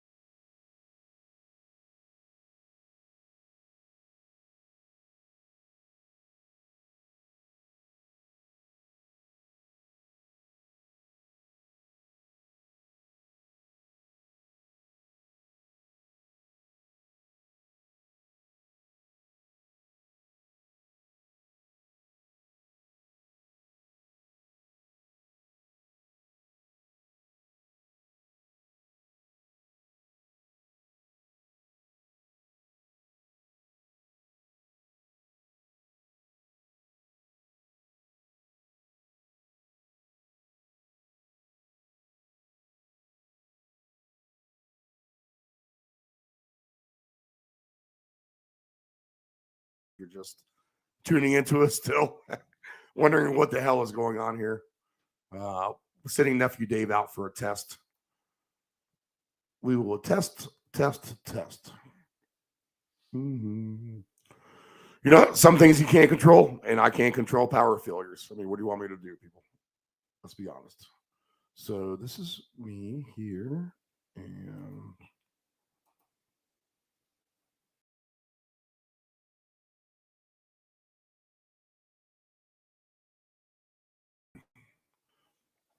all right, it looks like we're live on the air still. I just want to make sure the feed is coming through like it should. Nephew Dave will clarify that. He's outside listening. But yeah, the power went out here, people. So if we disappeared all of a sudden for once in our studio's life, it was not the fault of the studio itself. We actually had mass power failure here in the Ocean Park section of Virginia Beach, Virginia, where the Deep End Broadcasting studios are. All right, so let's go ahead. Let me get my lines refreshed too. The internet is all firing up. Yep, Nephew Dave says we're good to go. It's pretty cool. It kept the feed. Oh, yeah. Through all that too, huh? We are happy about that. Okay, Dave, you were talking about the Commanders finishing up there. I'm not sure where you left off, but 21's on the helmet. Are they? Did they retire his jersey at all, or is he in their ring of honor or whatever they have? I believe there? they are putting up a statue out front of the stadium. All right. And I just got a update on Chase Young. Unfortunately, he will not play today due to an illness. So it's not the injury. I guess he has some kind of little bug, but I just got that information ticked up to me. So, yes, no Chase Young today, but I still think that's okay. They're on a roll. Defense is playing really well. So we like the Commanders' skins in this spot. Like I said, though, Falcons not going to be an easy out, but this is at home. And like I said, everything is right in front of us. So we expect them to put a good outing at home. All right, so Commanders -3.5, over under 40.5. I like the over in that game too, to be honest. Right. In Washington today. All right, Tampa Bay and Cleveland. You probably do not have Tampa Bay left in your survivor, so I don't think either of these teams are an option today. Stink, only because you know what? I mean, the Browns are below expectations for sure. No doubt. They've only have the 3 wins. So they are on official stink alert probably at this point, to be honest, even though they do have the quarterback change next week. Survivor pick of the Bengals or the Tennessee Titans in that game today. I don't think so. Tennessee, above average defense. Even the Bengals have a good defense as well. Nothing elite about either one of them. So no Survivor, no elite defense, and no stink either for sure. Houston Texans, they are complete stink. They're on their second quarterback finally. So the Davis Mills experiment of a year and 11 weeks is over with. He's out of there. They'll try another quarterback today. Kyle Allen, who actually has had some decent moments as a Texans quarterback. So tricky number today, 14 points with the Dolphins in Miami. Nephew Dave says, if you have the Dolphins today for Survivor, go ahead and use them. All right, let's see what else. Bears, Jets. Both teams want to be stink. Both teams want to be good. They fall right in the middle, but more towards the area of stink. No Survivor pick either on this. Nothing elite about either defense as well. Seattle and the Raiders, basically, this is the same grade game as the Jets Bears for the most part, except Seattle is a playoff team, surprisingly to many right now at this point. But no Survivor, right, Dave? Nah, I wouldn't think so. Maybe think about Seattle. If you have to, yeah. I don't know. Raiders that might be an obscure pick. Raiders could win this one for sure, though, today. And Seattle. We'd like that. We want that, actually. Dave Grande's favorite team at his homeboy, Pete Carroll's, his neighbor, Pete Carroll, and buddy. All right, Chargers and Cardinals. I don't know how you take either one for a survivor pick. There's nothing elite about either defense. The Cardinals are the Broncos of the NFC, maybe, where they just should be good, but they stink. Right. Or they really want to be on that stink list, but not quite there. But they're trying. They're trying. That's for sure. The Rams, they are one step below the Cardinals as far as trying to stay off that stink list. We just talk about the Rams are on the stink list. Yeah, I think they got to be on the stink list. There's nothing elite even about their defense, who was ranked up there pretty good. I'm not even going to pull up the defensive rank. God, Steve, look at that spread. 15.5 points. Good Lord. But what's scary about that too, Dave, is the Kansas City's so, Grande said this too, Kansas City's so banged up. At what point do they call the dogs off? Right. In a second half and put people on the bench, and does that leave the back door open for the Rams? So tread with caution there. And if you do like the Chiefs, I would say take them first half. No one has the Chiefs as survivor. They've been used, I'll assume. 49ers, they've probably been used in the survivor as well. So you're not going to have that option. If you do have them, take them. But elite defense for sure. The Niners are one of the better defenses in the NFL. The Saints, decent defense. Schizophrenic as all can be are the New Orleans Saints. The Saints, I mean, they're not far off of the stink list either, to be honest. I mean, a couple of weeks of stink, and they'll be on there for sure, no doubt about it.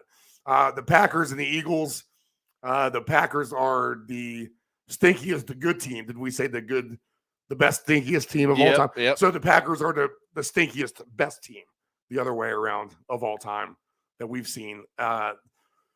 Eagles, survivor pick, I wouldn't trust them. If you still have the Eagles, you better just wait.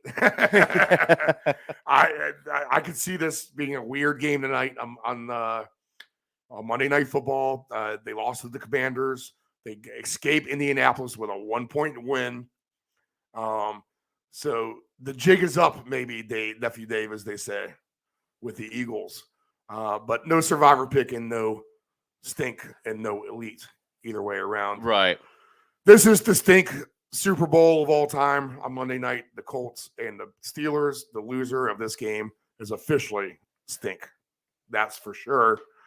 There's no elite defense, and I don't know how we would even fathom taking either one for a survivor pick. Agree? Oh, yeah. So who's your best survivor pick of the day, if available, that team? Give me a couple, since we'll assume the best team that you like take, right? Yeah, so I would have to start out with Miami, if you still have them. Right. If we're going obscure here, Steve, I might go with the Chargers if you have them available. You know what? That's not actually too bad. I kind of like that. In fact, I would take the Chargers too, Dave, and I would take the Commanders as the other option. Right. And my last pick, I got to assume a lot of people still have Washington. I would think so. I would think so. And my last pick, because I believe Justin Fields is hurt, right? Is he playing today? Questionable. It sounds like he's not. Now, they promoted Peterman from the practice squad to be available. So if you have them, which you might, maybe take a look at the Jets playing the Bears at home. It's obscure, I know, but it's the time we're in this time of season. You have to kind of put Mike White in there. Yeah. You have to dig kind of deep into your bag, come this point. Well, that's the thing too. Like where there was a lot of people getting eliminated for Survivor. That's not been the case here the last 4 or 5 or 6 weeks. If you survived that onslaught of people getting eliminated right off the bat, it's been slim pickings of people getting kicked out. So most survivor pools still alive, where a lot of people would think that they would have maybe have been over by now. But yeah, which I tell you, I didn't survive mine. That's for sure. I think I got about 4 or 5 weeks in, and as usual, I can't remember how I got screwed to this point. It's been so long, but whatever. That's how I do it. That's how Survivor rolls. That's how it goes. All right, so that's your look at the full menu. I'll get some more updated lines, and when we come back from the break. Yeah, we'll do this one right here. Actually, right on time, David. Excellent. This is the most on-time show of all time we've had all season. How about that? See, we're getting there. All right, so we should be out of here by 9 o'clock today. That'd be great. All right, full deep dive look. Everything on the menu. Alternative lines, touchdown scorers, obscure props. Get your $20 or $40 ready, people, because we are getting ready to turn that into thousands of dollars for you. Week 12 of the NFL season. Just wait and see what we have in store for you. It's going to be fantastic. Nephew Dave, the Ant-Man. We'll see if he crawls in the studio. And myself back in a few.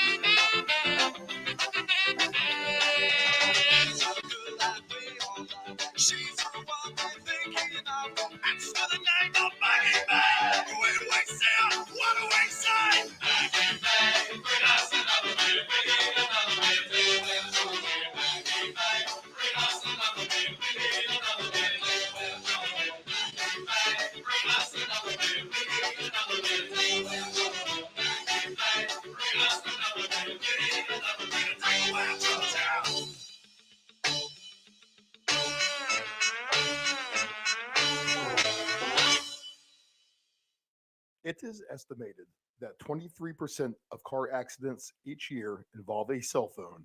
That's 1.3 million accidents a year. Reaching for your phone, you are 4 times more likely to crash. Dialing on your phone, 2.8 times more likely to crash. And texting on your phone, you are 23 times more likely to crash. Attentive drivers are safe drivers. Know your gambling limits. Don't ever bet what you can't cover.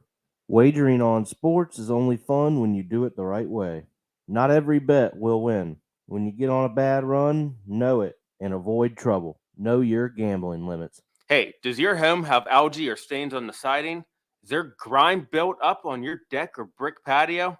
Coastal Pressure Washing Services has a warranty of professional services. From pressure washing to window cleaning to deck and fence staining, as well as dryer vent cleaning, you got it all. Call Coastal Pressure Washing at area code 757-439-9810 or visit our website at coastalpressurewashing.net. Again, call Coastal Pressure Washing at area code 757-439-9810 or visit our website at coastalpressurewashing.net. This is the Deep End Broadcasting Network.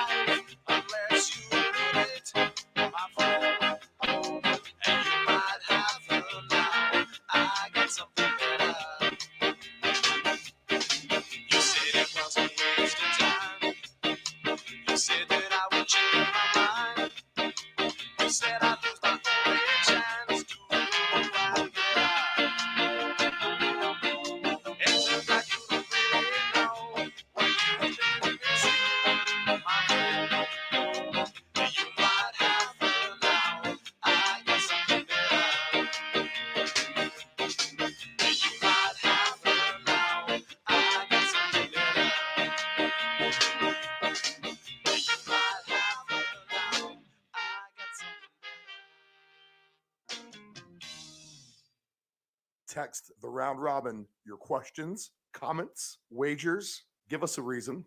Sleeper fantasy play, your best alternative line, whatever you have. Text the round robin 757-354-5517. Control your alcohol. Don't fight. Don't drink and drive. Your one punch could kill someone. It happens. If you're behind the wheel, you may think you are fine, but then the other driver is under the influence of texting, and then you are done. Control your alcohol. Tired of your swimming pool's diatomaceous earth pool filter? The constant cleaning, green pool, cloudy water? I thought this was supposed to be clean. Trust your swimming pool's water quality with a custom sand filter install. A clean, easy solution for your swimming pool operations. Contact Dependable Solutions at 757-354-5517.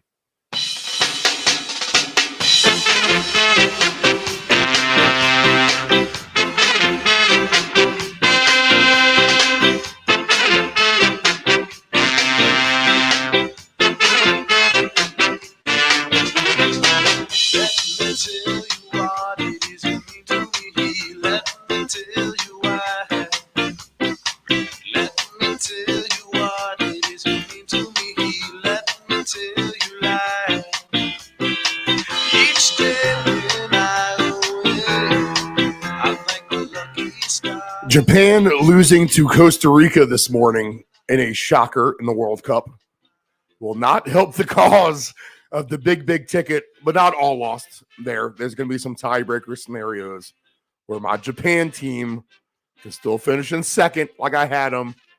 They had that huge upset, and now they lose to Costa Rica 1-0. Wow. Eek. That's one we thought would definitely go right for us, but not all is lost yet. Plenty of work, a little bit more work to do. We won't give up on that. I will say this: World Cup game starting right now, live 8 a.m. Eastern Standard Time here on the East Coast.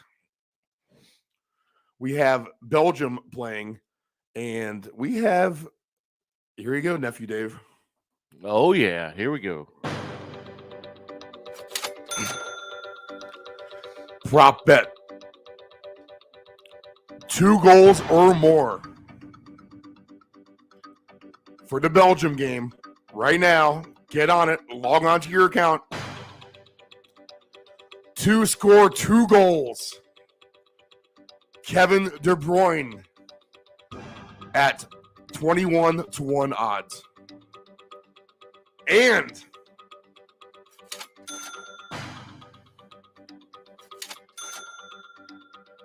my boy Leandre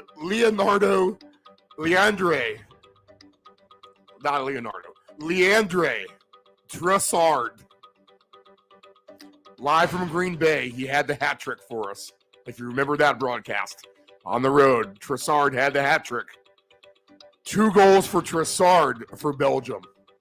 So teammates, De Bruyne and Trossard, 2 goals each.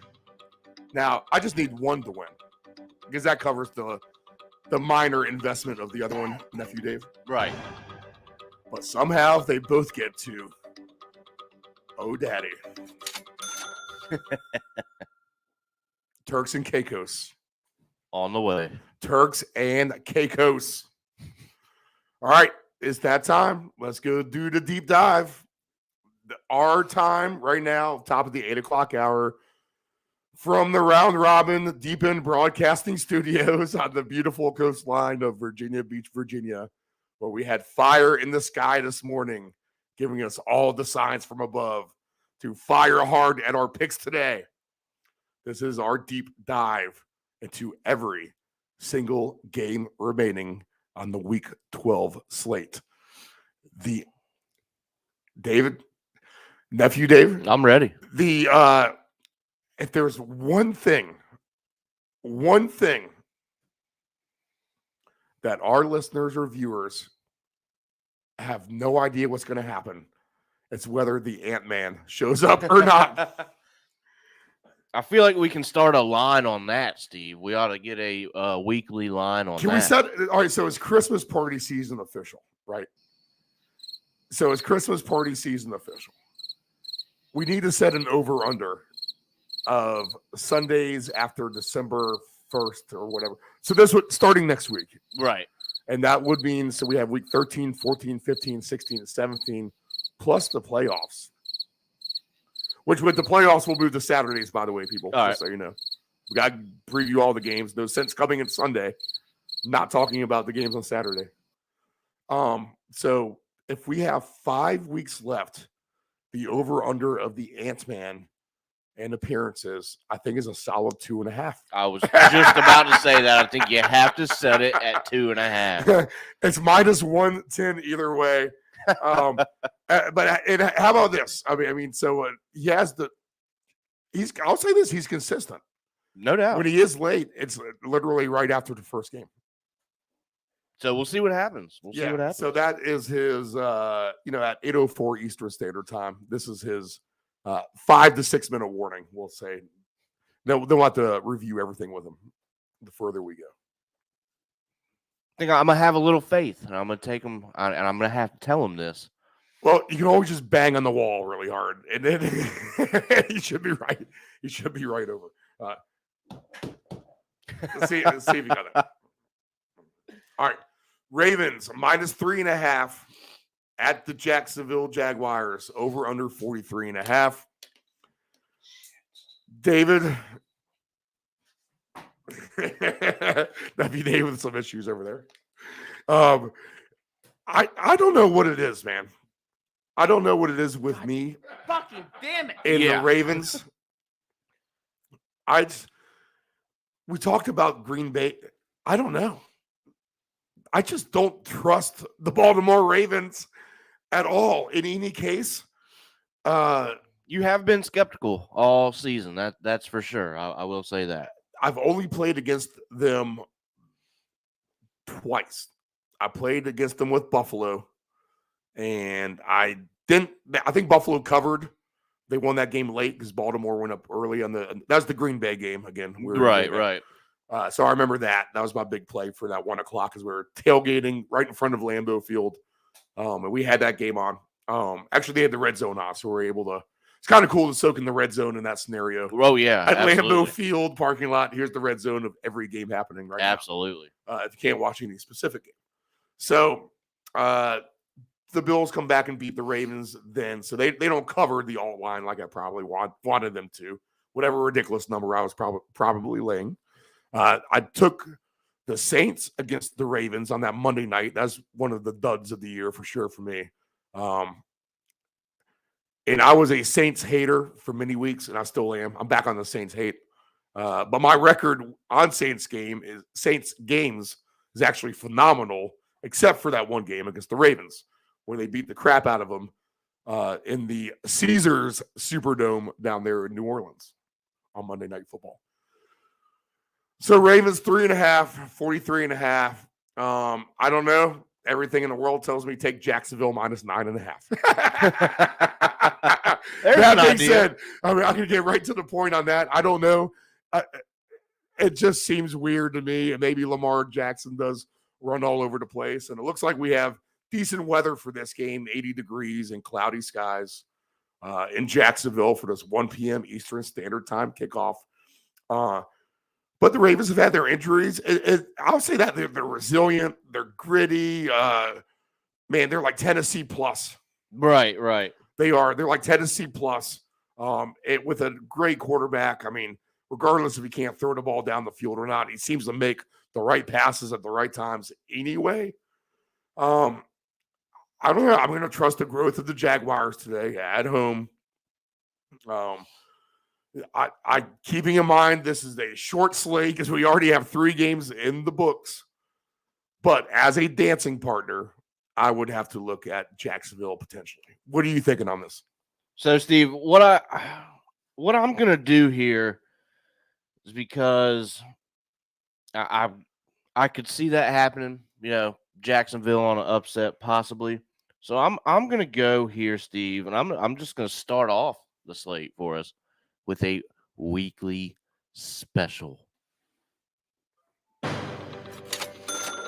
So today for this game, the weekly special I have for you, Lamar Jackson 1+ rushing touchdown, Lamar Jackson 1+ passing touchdowns, and that's going to be at plus 160.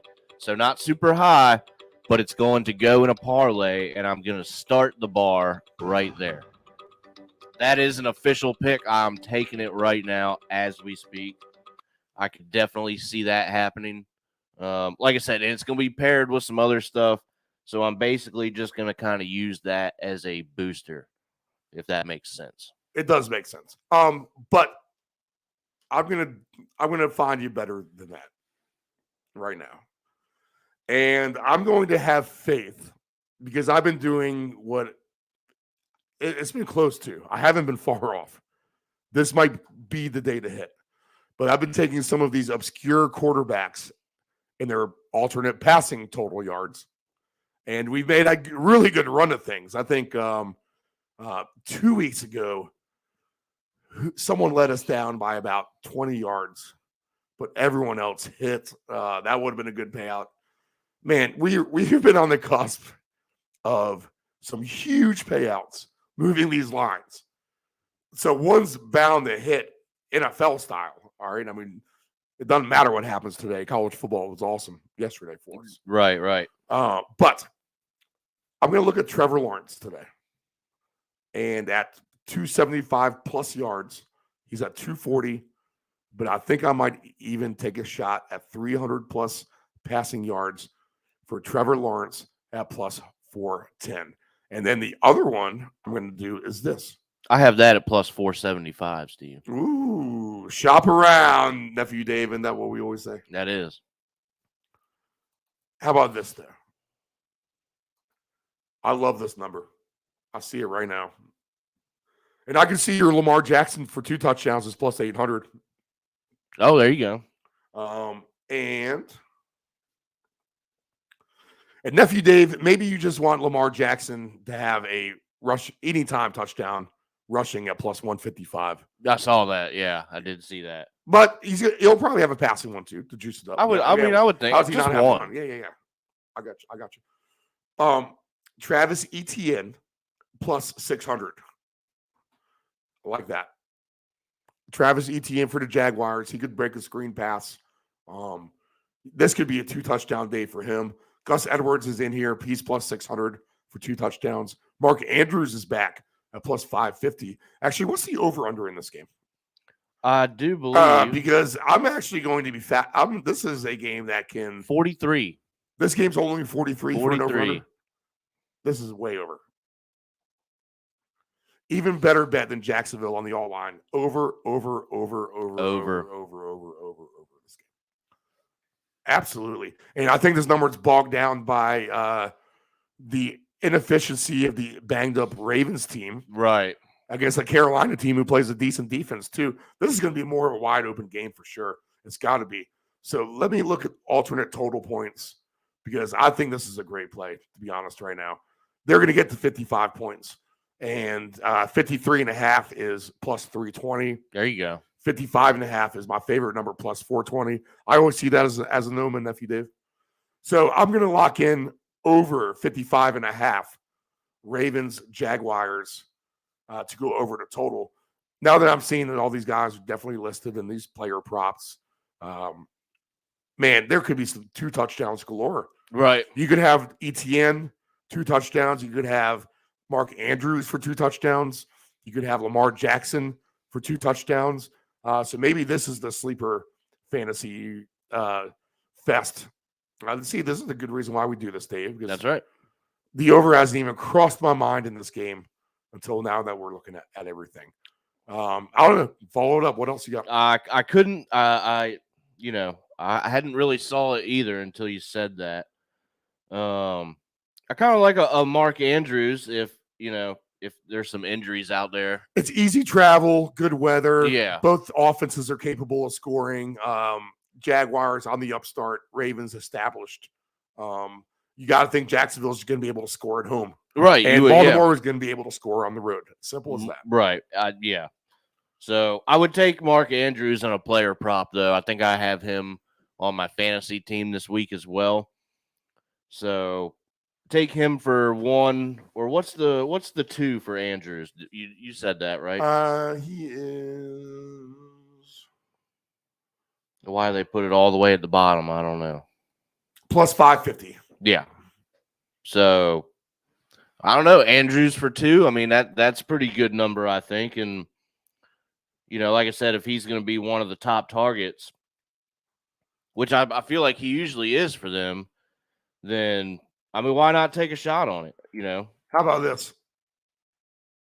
If you really want to keep your stakes low, Travis Etienne for 2 touchdowns, Lamar Jackson for 2 touchdowns, Mark Andrews for 2 touchdowns, over 55.5 points. $2 pays $1,016.39. There you go. So if you want, hey, is there a better chance of that happening, or are you going down to your 7-Eleven with your $2 and hitting $1,000 on a lottery ticket, right? I would say the chances are in this game that could be definitely wide open, that there could be multiple touchdowns, and yes, as many as 3 players could have 2 touchdowns in this game. As crazy as that sounds, this game is conducive to that. All right, let's go to Carolina. This is a potential rain game. Over under 36.5. Denver 1.5 on the road at Carolina, where we said this game above us may have been a shootout. This game will be nothing close to that. I'd be shocked if there's any kind of offense sustained in this game whatsoever. Hey, but that's what happens in the NFL. Exactly. So if you think that this is a super under and you're convinced under, how can it not be? Bam, here you go. 54 points, 55 points, whatever it is. Denver minus 1.5. I don't know, Dave. I'll just kind of concede to you. Though Grande likes the tight end for Denver to maybe get a touchdown. We talked about correct scores. There's all kinds of good numbers to be had. 300 to 500 to 1 odds on combos of 9-6, 12-9, 13-9, 13-10. Just crap like that. Your thoughts on this? Not much, I'll tell you. I'm looking through it, and is DJ Moore? Is he hurt, or are they not giving him the ball a lot? Because he's plus 210 on my book for 1. I got him at plus 240, and he just can't get the ball. Right. I mean, it's literally the product of his passing offense. And so if we're having trouble here, so me, I'm definitely I take a look at every weekly special for every game. And so I have yet another one because I'm not sure where to turn here. So I have a Deontay Foreman, 60-plus rushing yards, and a Latavius Murray, 1+ rushing touchdown. And I have that at plus 350. Lay her down or smack 'em, yak 'em. So I might take a shot on that. Is that, asking Foreman too much to get 60-plus yards? Foreman he could definitely be the one with now. Yeah, I don't think that is. If you're looking at anything to do in this game, then Foreman is wide open as far as like props go for him to have success. And I don't need it. I don't even need him to score. I just 60 yards. I know that Denver has a good defense, so that's what worries me about that. But that shouldn't be too much to ask for them. And then a Murray rushing touchdown. I don't know, Steve. All right, that's Carolina and Denver. We tried our best, Dave. We really did. I'm not going to take that. That was just an angle. We tried our best to cover that game the best that we could. I want no part of that on the TVs. I'll tell you that right now. Put that on TV 6. Nap time is what that game is for sure. Atlanta Falcons at Washington Commanders. Commanders minus 3.5 over under 40.5 points. I love the Commanders in this spot. They have everything rolling for them. I said this. Okay, if I stopped our survivor pick list to say, wait a minute, God is on the side of Washington today with the Sean Taylor thing. I mean, think about that. Everything in the world tells me take Washington. Lay the hammer to Atlanta today.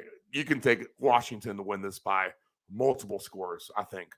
And I did hear some rumblings, when I do my research.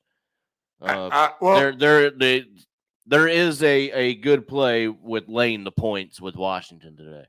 Okay, I'll yield this to you in a minute, but I would not be afraid. It even sounds disgusting to say. I love Taylor Heineke though, and I love the resilience of that team. The McLaurin locker room. If you have not seen that speech after the Eagles game, after they beat the Eagles, when Ron Rivera got all choked up, he kind of walked away, and McLaurin came in and finished off the speech. Man, that kind of dude, it raises the hairs on your arms when you hear it. It's that emotional. It does. So go look for that if you haven't seen it. But at minus 19.5 points today on Sean Taylor Day, a defensive touchdown too, and maybe even 2 defensive touchdowns. We're going to look at that as well. There's got to be a defensive touchdown today for the Commanders. But 500 or plus 500, 5-1 odds for Washington to win by 20 points. They can do that too. They can do that to Atlanta today. Atlanta's been a nice story, but we're starting to see their true colors, I think, at the end of the day. The Commanders, with all the momentum of the world, they've been a great pick for us in the last few weeks. Why would we abandon them today on Sean Taylor Day? Since I brought up the 2 touchdowns for the Washington defense, that pays 80-1 odds. Nice. You can best be assured I'm going to have $10. And they had one last week. Yeah, they had one last week. Yep. And on that note, I might even pair it with Heineke because he's 80-1 odds too for 2 touchdowns. I can see Taylor Heineke running in 2 touchdowns on a scramble mode. I took him for 2 passing at plus 145. Yeah, all right. So what else? You got Heineke. You're locked in onto the Redskin. I mean, you've hit everything you've played with Washington this year. Most times, yep. Yep. So what do you got? So I've got the Heineke over 1.5 passing touchdowns. Like I said, that's at plus 145. So that's going to go into the parlay for sure. So I'm looking at, we got 2+ here if we're going to go that direction. Robinson Jr. is at plus 900 for that, coming out of the backfield. And I think you want to, I've taken Terry quite a few times for just one, and I feel like he's due. That could be coming. It's Heineke's, favorite target.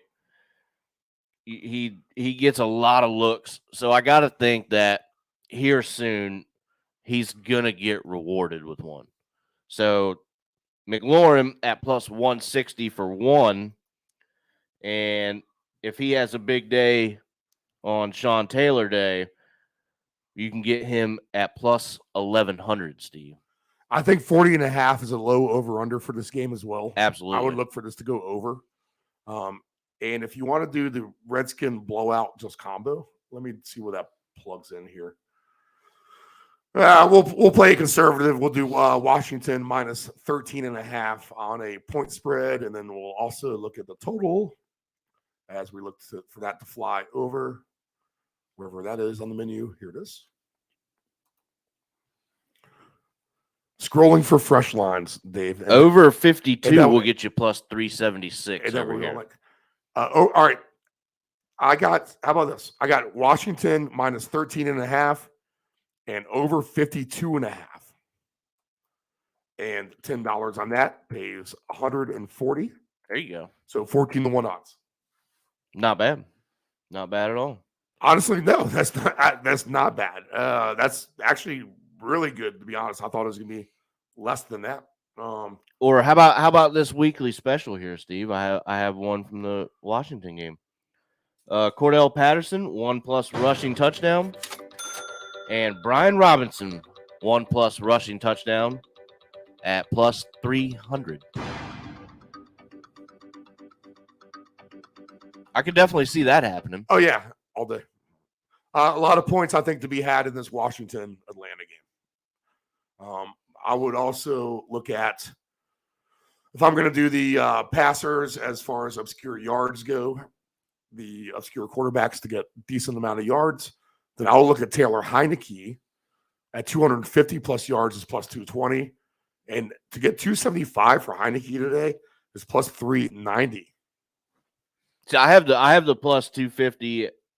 How about 7-1 odds if he can somehow pass for 300 yards? Can he do that against Atlanta? Right. He might be able to be Possibly. I have 250+ at +230 over here. Okay, yeah, okay. A little bit better juice there. So I might be throwing Heineke in with my crap quarterback. Sorry, Heineke. I don't mean to call you a crappy quarterback. Obscure quarterback overpassing total part. Right. All right, we'll do one more game and then we'll go to a break. But Buccaneers and the Browns, Buccaneers -3.5 over under is 42.5 in Cleveland. This is Jacoby Brissett's last stand as Deshaun Watson is primed to take over for what will likely be a 3-8 football team. And, not that, whatever contract they signed him for this year won't matter officially. Right. At that point, I'll say. But the Buccaneers -3.5 on the road at Cleveland. This looks like a weather game, looks like some rain. I could see this being an under game all day. I've been a Brady backer at times. Did decent against Seattle until I got backdoored. Other times, not so great. Especially in that Carolina game on the road. But I will say this. I'm not going to trust them today because of that.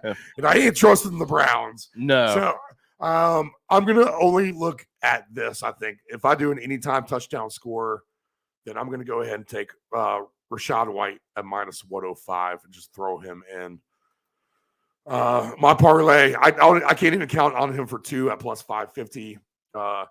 Nick Chubb is +500 for 2 touchdowns. You can always Chubb is always a fun bet. He seems to score you that a lot of times, getting 2 touchdowns.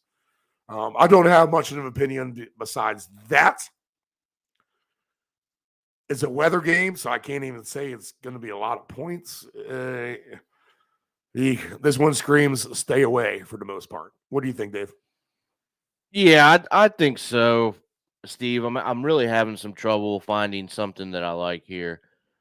But I might, if I was going to do anything, I would probably go. I'm looking at a game parlay. So a little 2-pick parlay within the game itself.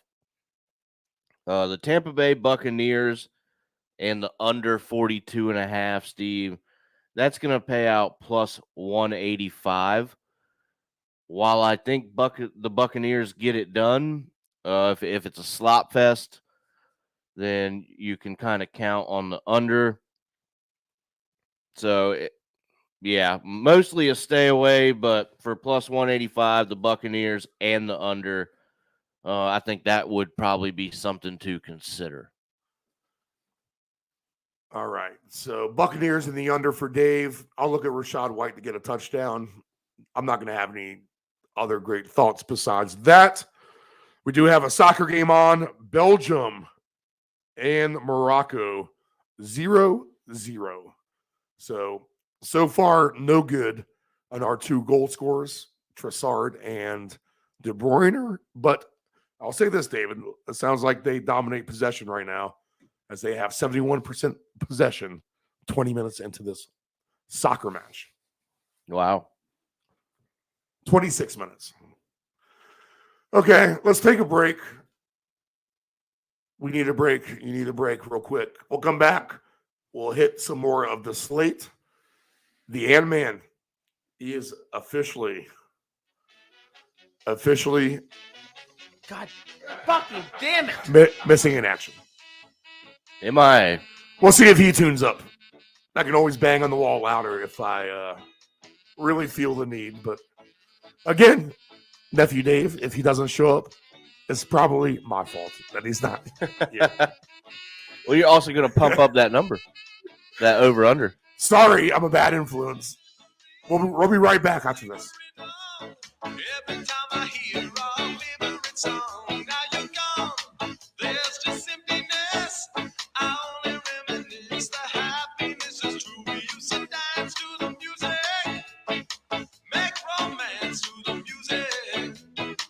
Now it's a song, but with a different meaning since you've been gone. It's a song, but with a different meaning since you've been gone.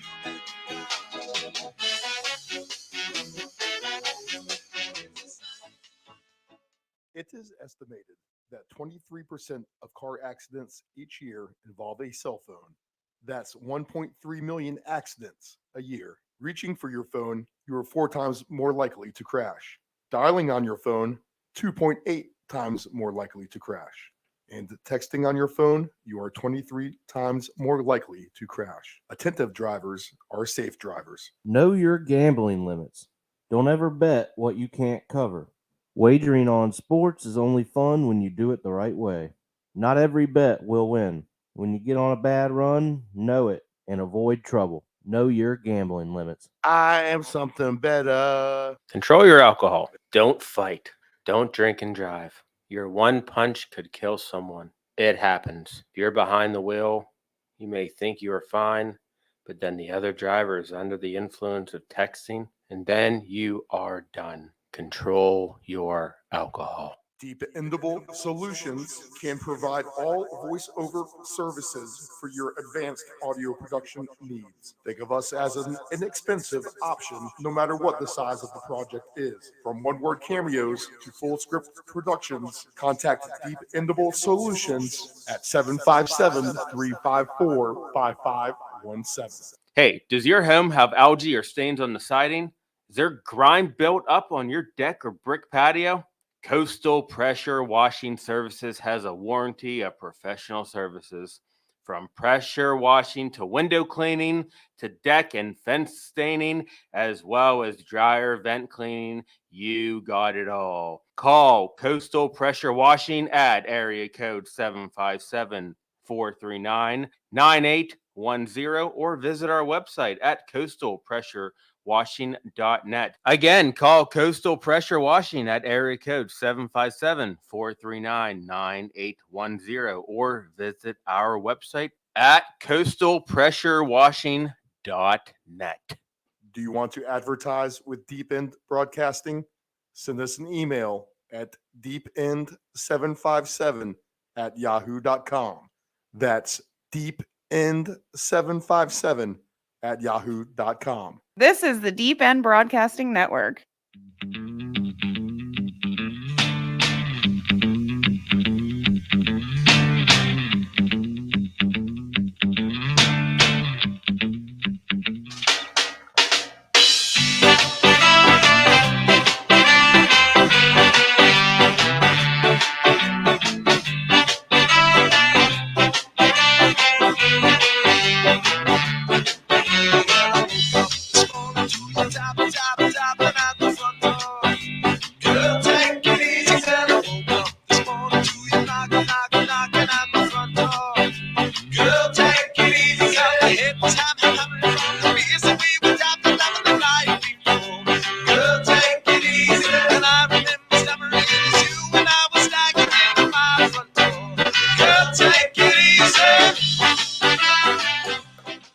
We are back. It is 8:32 a.m. Eastern Standard Time. This is the Round Robin on the Deep End Broadcasting Network.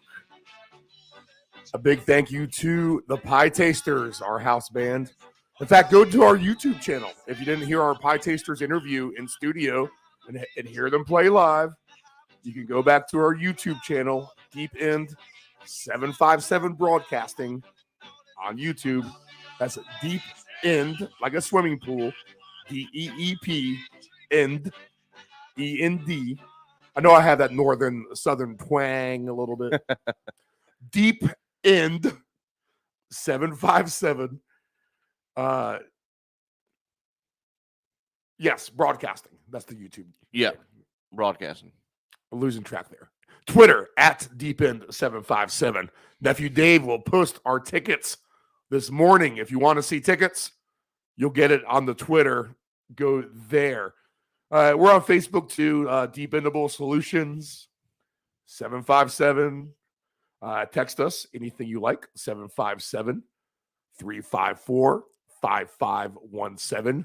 Any picks? Any comments? Your take on life? Advice? Anything like that? This is the Deep End Broadcasting Network, the Round Robin. And, of course, we are your live look at everything on the NFL slate. First thing in the morning, coming on live at 6 a.m.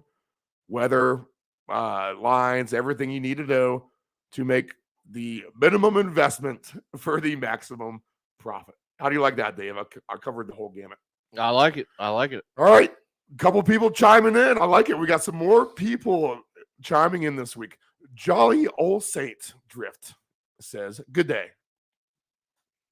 So, good day to you, Jolly. Nicholas Scott liking Logan Thomas anytime touchdown today. I could see it. What do you think about that, Nephew Dave? I could see it. I could see that too. So let's look at Logan Thomas real quick. How about this, Nicholas Scott? We're not going to look at Logan Thomas since you said so. And I'm going to fire this in for you too, big guy. Let's not take him for one. Let's take him for two. And Logan Thomas today to have 2 touchdowns is paying 60-1 odds. Are you kidding me? Wow. You're telling me Logan Thomas can't have 2 touchdowns today against Wow. the Atlanta Falcons? So I am on board. You just turned me on. Nephew David, Yeah. it may be Turks and Caicos time if Logan Thomas. Maybe. It may be. He's at plus 380 for just one anyway. I mean, come on. Yeah, you got to throw him. I think if anytime, if you have him at plus 380, if you're going to do a multiplayer across the board parlay, like 3 or 4 players, want to give yourself a real legitimate shot, then Logan Thomas at plus 380 is a great pick. Right. All right, so thank you, Nicholas Scott, for bringing that to our attention. We like it too. All right, back to the slate. Where were we at? We talked about Tampa and Cleveland. Okay, here's a weird one. We talked about the system play. I've already talked about it on the show. Cincinnati is a team with a worse record on the road against a home team with a better record. So worst team on the road at a better team at the better team's place. Right. Yet the away team is the favorite, which makes no sense whatsoever. So automatically you should have to take Cincinnati in the system play, but no Joe Mixon, now no Jamar Chase because he's out as well. I don't know about that. Yeah, that's going to be a tough one for I'm them. going to have to turn the ship where it was looking real juicy all week. I was like, oh yeah, here we go, Bengals. Here's the system play. And, I say it, I like it better when it's a division scenario. Right. Not so much a conference scenario, just because I feel like the divisional teams know each other more. And when they know each other more, then there's that obvious familiarity about it. And then when the line doesn't make sense, you're like, dude, now it really doesn't make sense because they know each other. Right. But these are 2 teams who contrast in style, the Bengals and the Titans. I don't know. I think this is one to put on one of the 5 TVs for sure.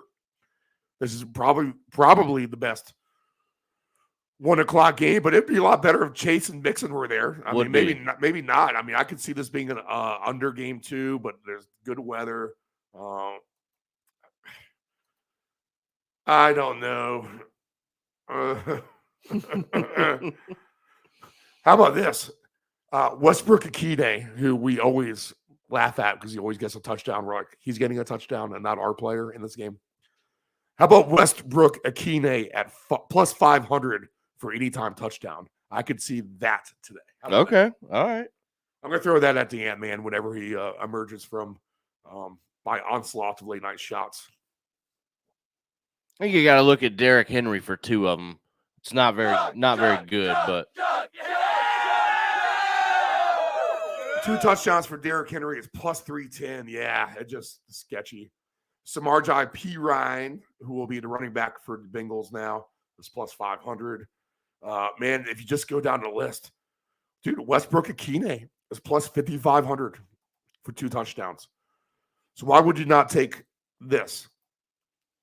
Westbrook Akine for 2 touchdowns, because he could definitely have that. Right. And I'm going to go back to the Washington game. 2 touchdowns for Logan Thomas. How about this, Nephew Dave? All right. Tell me what you got. You got to be kidding me. It signed you out, didn't it? No, not at all. The payout's crazy. How about this? $1 on your $1 bet on 2 touchdowns for Westbrook Akine for the Titans, who's been scoring a lot, and Logan Thomas for the Commanders, who can definitely score 2 touchdowns today. $1. What do you think $1 pays, nephew? We'll play the prices right over under game. Let me see. For something like that, I don't know, maybe around 400 or 500. Now, we're going to make this funner. What do you think $10 pays? Oh, that would probably be, I don't know, $8,000. Higher. 15. Higher. 23. Higher. Jeez. 33. Higher. 45. Lower. The 33 is closer. We'll get that over. 38. $34,150 for Logan Thomas and Westbrook Akine to get 2 touchdowns. I'm not deleting this. I'm leaving that right where that is right now, because I am not going to forget this, or I will be killing myself later. So that'll be my angle in that game, and that will be my lone angle. How about that? Yeah. Yep. Okay, let's move on. We like that. Dolphins and the Texans. Kyle Allen is the quarterback for the Texans today. They're catching 14 points on the road in Miami. How about this? What if we take a chance on Kyle Allen?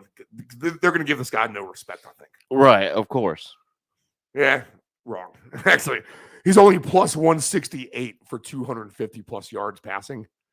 I can't trust him to get 250 yards passing. Not at plus 168. I would have trusted him at like plus 300, plus 280, something like that. That's a little too low. Nearly 5-1 odds for Kyle Allen to get 300 plus yards passing at Miami today. Eek. No chance. Tua, they give him a lot of respect on these numbers. 300 plus yards passing for Tua Tagliavoa is plus 158. So wow. Super crazy there, right? Well, they're probably thinking, you're playing the Houston Texans, who just aren't very good. They're not, but this is crazy. I wouldn't take it. Here's the thing. Here's what you need to realize, people, in the NFL universe. And if you haven't realized it week to week anyway, that was the real reality of it all. Crazy shit happens in the NFL starting now on Thanksgiving weekend, going through the end of the season, December. You can almost want to say, staple this for right now, David. 1 month from today, there's going to be all kinds of different crazy injuries. Oh, yeah. It's going to be a whole different landscape of the way that we're looking at things than we are today. Oh, for sure. And that's how it always happens. Maybe not. We talked about teams, some of these teams on the bubble of the playoff bubble, they could get bounced and they could call it a day. I mean, it might be a short race for just 3 teams in that NFC to clinch 2 spots. That might lack some drama, but completely, expect the unexpected. And that's all. Be wary of laying 14 points if you have the Dolphins today. That's all I'm saying. Right. That's all I'm saying. Okay. I don't like anything in this game. I've stayed away from Dolphin games all year. No play for me. What about you? So I'm looking here. And just to add something, there's not much really. I mean, you can go with the usual suspects in this, but they're probably not going to pay you out as high as you would like. So just to take something out of this, I'm going to go with Tua over 4.5 rushing yards. Pretty obscure. That's it. That's it. 4.5 at minus 105. So it's not plus money, but 5 yards as a filler in my parlay, it's gonna at least bump the number. It already has. So I know it's that's not the kind of value we always talk about here on this show. But just to take something out and fill a hole for the parlay that I'm currently building. I think that's a great bet, dude, So, to be honest. No, just as far as a straight up bet goes. I mean, 5 yards, come on. That's a rushing on a 3rd and 7 for the first down. I mean, come on. We see that all the time. Tom Brady can do that. 5 yards for Tua, come on. So that's what I'm taking away from this one here, Steve. You know what? Even to David, which is kind of so. There's 3 guys. There's 5 guys they're listing for most rushing yards for the game. Jeff Wilson's the favorite at minus 170. Yes. But what if it's an all-out aerial assault by Miami? Okay, so maybe it's not Jeff Wilson. Dameon Pierce. What if Houston just gets the curb kicked into him and he just does nothing? Okay, so you eliminate him. Salvin Ahmad is plus 1,900 for most rushing yards. He's the 3rd option. And then Tua is plus 4,800 for the most rushing yards. So if you take Pierce and Wilson out of there, and maybe Tua scrambles long, why not just put $3 or $4 on that? Right. To have fun. Right. And even better, you can put Ahmad. I don't even know who he plays for. No. Can you tell me who Salvin Ahmad is? Maybe we should be the experts. I should know this and do some more studying. I couldn't tell you who he plays for. I'm assuming he plays for Miami, but I don't know. But use him as insurance. Right, right. Kyle Allen's the 5th choice, which he's not going to do it. So why not couple that, Ahmad and Tua, put a little bit on both, and maybe you get lucky. Why not? Take a shot at it. Hey, if you need something fun to do in this game. With this one, but yeah. like you said, 5 yards rushing for Tua, and you cash that bet, I think you do that all day. Yeah, I think, yeah.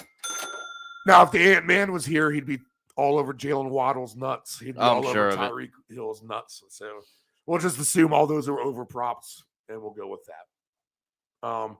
1 o'clock in MetLife Stadium, the Bears and the Jets. The Jets are minus 6.5, over under 38.5.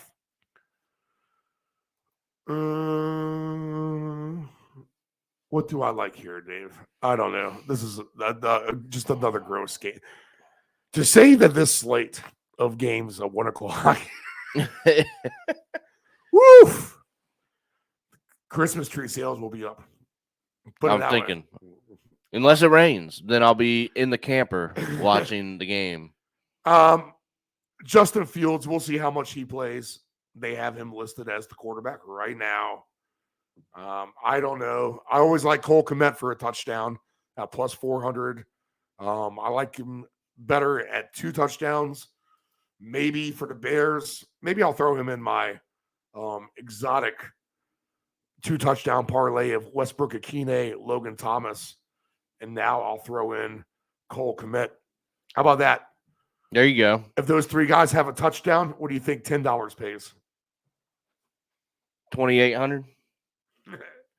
Well, if $10 paid $34,000 on the last one, Dave, do the math now. Okay. So same all one, right. and we're adding Cole Kmet. What do you think this pays now? You're gonna have to tell me here. $841,000. Goodness gracious! Why would you not put $10 on that? Wow. Just because. I mean, even $1, people. $84,000. $5, $420,000. Now, your minimum deposit to any of these legal sports book is usually $5. Right. So there's your bet, people. 2 touchdowns apiece. Westbrook Akine, Logan Thomas, Cole Kmet. $5, $420,745. Turks and Caicos. Here we come. You better sail me on your yacht after you win all this money today. Dave, what do you think about this game? I'm taking Kmet for 2 touchdowns. I'm taking Besides him for that, one. I'm running away from this. I'm taking him for 1 at plus 300. I could definitely see him getting in. He gets a pretty decent amount of targets, I feel like. So, yeah, let him punch it in, and that kind of rounds out the player parlay that I was building. So, I might take a shot at Mike White over 250 yards at plus 198. I think that's a decent enough price, but at 275 at plus 370, if I take my obscure quarterbacks, I might add Mike White to the list actually at 275 plus. The fans love him. He's motivated to go out there, and he's that Bailey Zappi. He's going to go out there where your starter sucks. He's going to go out there and light it up for you. right. So I can see that today for Mike White, and plus 680 if he gets over 300 yards. So I'm going to be paying attention to that as well. All right, nothing else on that, David? We can get out of the 1 o'clock windows. Yeah. I think we're good there. Okay, 8:49 Eastern time. Doing good. Okay, Rams. We'll go. Not quite the Rams yet. Let's go. Raiders. Vegas Raiders. Seattle Seahawks. Seattle minus 3.5 over under 47.5. Dave Del Grande, he knows these teams all too well. He thinks this is right at the number. It's going to be a 3-4 point game, and it's going to be right in the mid 40s. So, pick your poison here. I don't know. I could see this being a higher score game than that, to be honest. I would kind of think so. I could see this being a alternate over. I'm going to look for points maybe in this game. And to get to over 55.5, I get plus 240. If I get that extra touchdown or so over that total, that's not too bad of a price. These teams are getting to the 60s, though. Plus 390 at 60 points is actually kind of tempting to me. If I'm going to look at touchdown score props, too, I'm going to go right back to Davante Adams, because Davante Adams has done me right in every step of the way in my gambling career, as long as he's been involved with it. And Davante Adams at 5-1 for 2 touchdowns. You can sign me up all day. And if you want to take Davante Adams, Cole Kmet, Logan Thomas, and Westbrook Akine all for 2 touchdowns, your $1 bet now pays $500,000. Why would you not even try that, David? Dave, if you don't do that today for $1, you're gonna give me the booze, aren't you? Yes, you'll get the booze. All right, I'll give it a shot. For $1, you got to do it. To win $500,000, you can't tell me Davante Adams on top of those 3 guys, those 3 bozos. Right. All NFL tight ends who could easily squash me, by the way. As I say, bozos. I'm going to look for more extra points and Adams. I don't know. What about you? I think I'm going to go back to the game parlays here.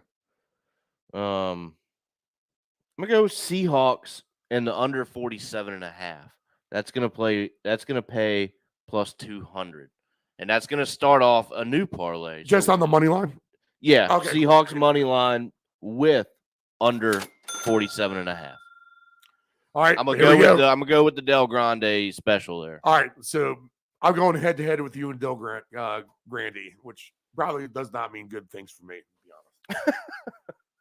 But I'm gonna stick with my guns, as they say. That's right.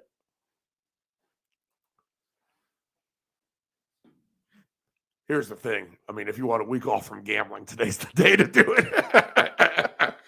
I mean, they're literally, no, I'm over here firing away.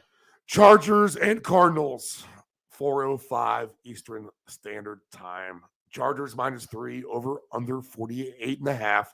Though Grande loves this as his fantasy spotlight game, super over game. So I'll just play that in that regard. I'll bump up the 48.5 to somewhere around 55.5. I don't think I'm going to get super paid out for it, but let's see what we got.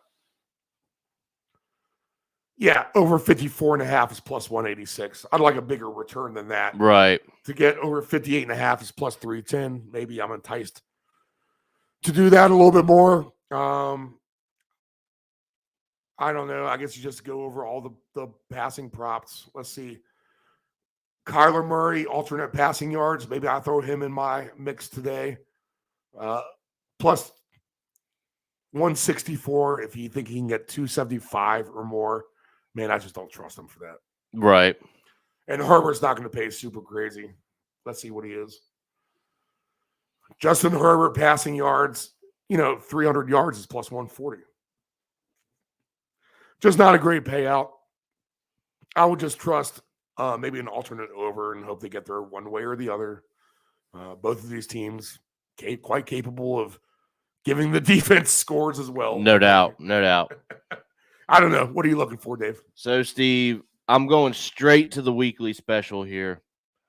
I've got Austin Eckler for 1+ rushing touchdown and Keenan Allen for 1+ receiving touchdown at plus 200. That's my weekly special there. Banging home, people. Bon Scott now chimes in. New York Jets defense anytime touchdown. Oh. What's that paying? Out of interest. Since we are the people of the viewers here, we will address all your questions. If we're out for 3.5 hours live and can't get to 2 questions of all the questions, then we have no business being in this business, to be honest. Let's see. Jets defense, anytime touchdown. Plus 550. I might could get behind that. Yeah, I wish they would pay like 10-1 on these defense. I know, it's not like it happens all the time. Right. But I guess it does too, though.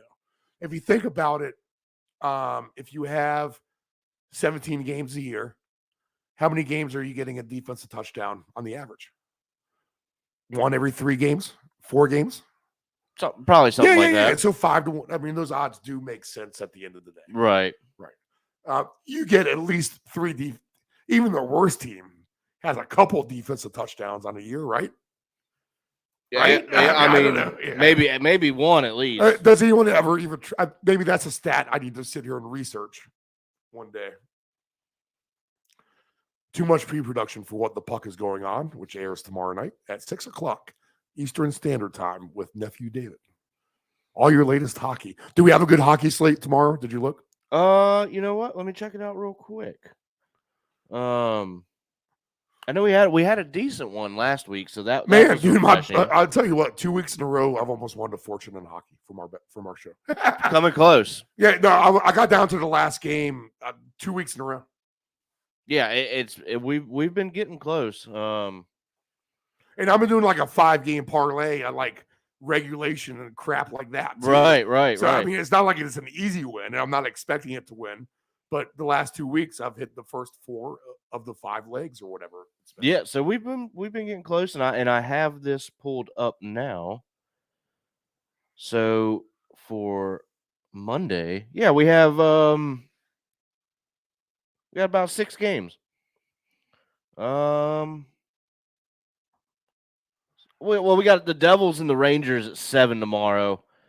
That'll probably be a good one. The Stars and the Blues at 8. What the puck is going on?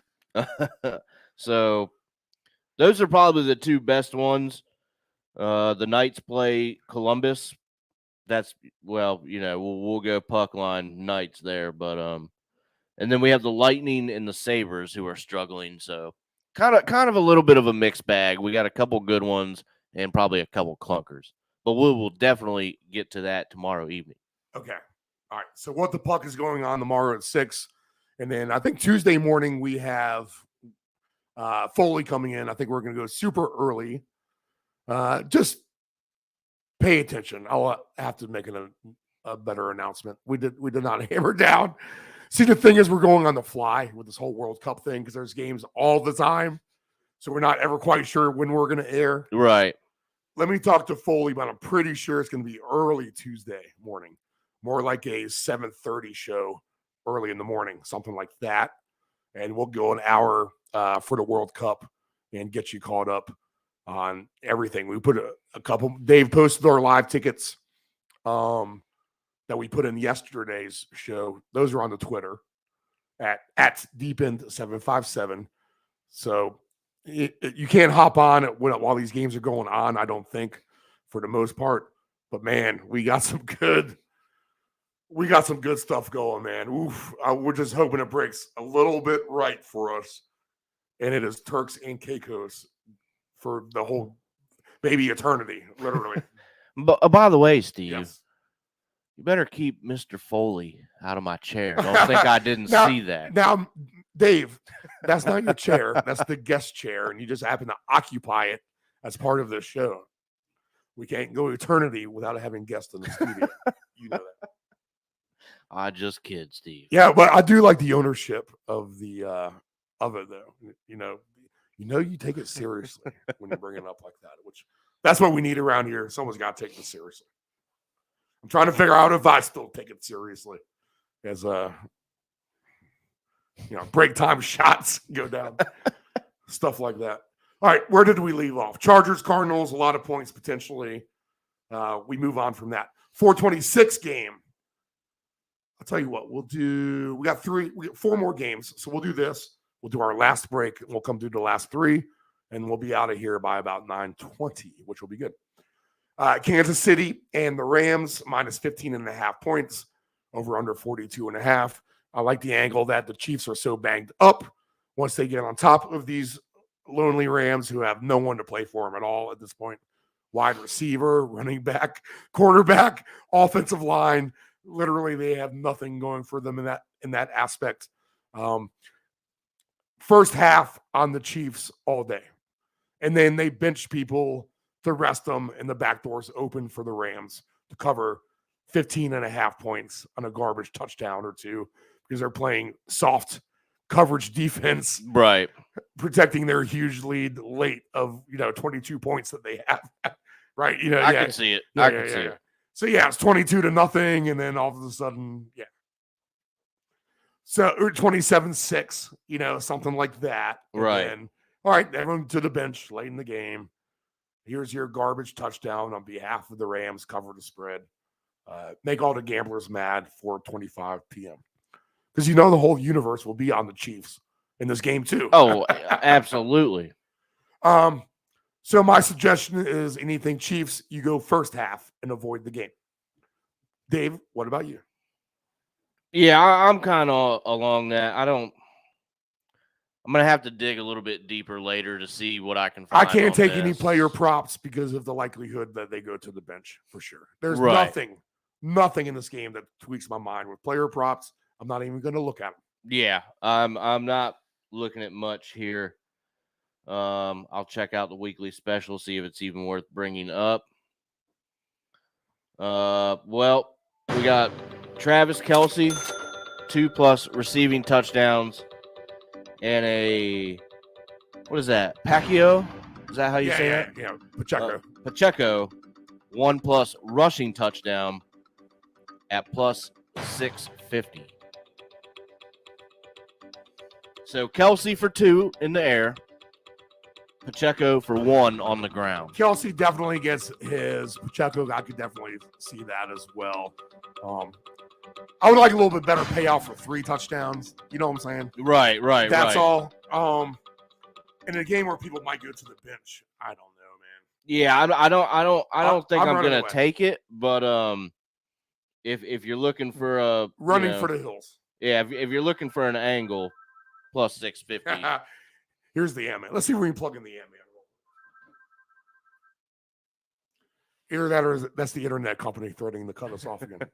Is this the Ant-Man? For some reason, I don't think I understand what daylight savings time is and what falling back actually means. Because it still feels like it doesn't feel like 8 o'clock. Well, At least, well, I mean, it's 9 o'clock, but when you texted me, you wanted me to be on the show an hour ago, and that didn't really register. Here.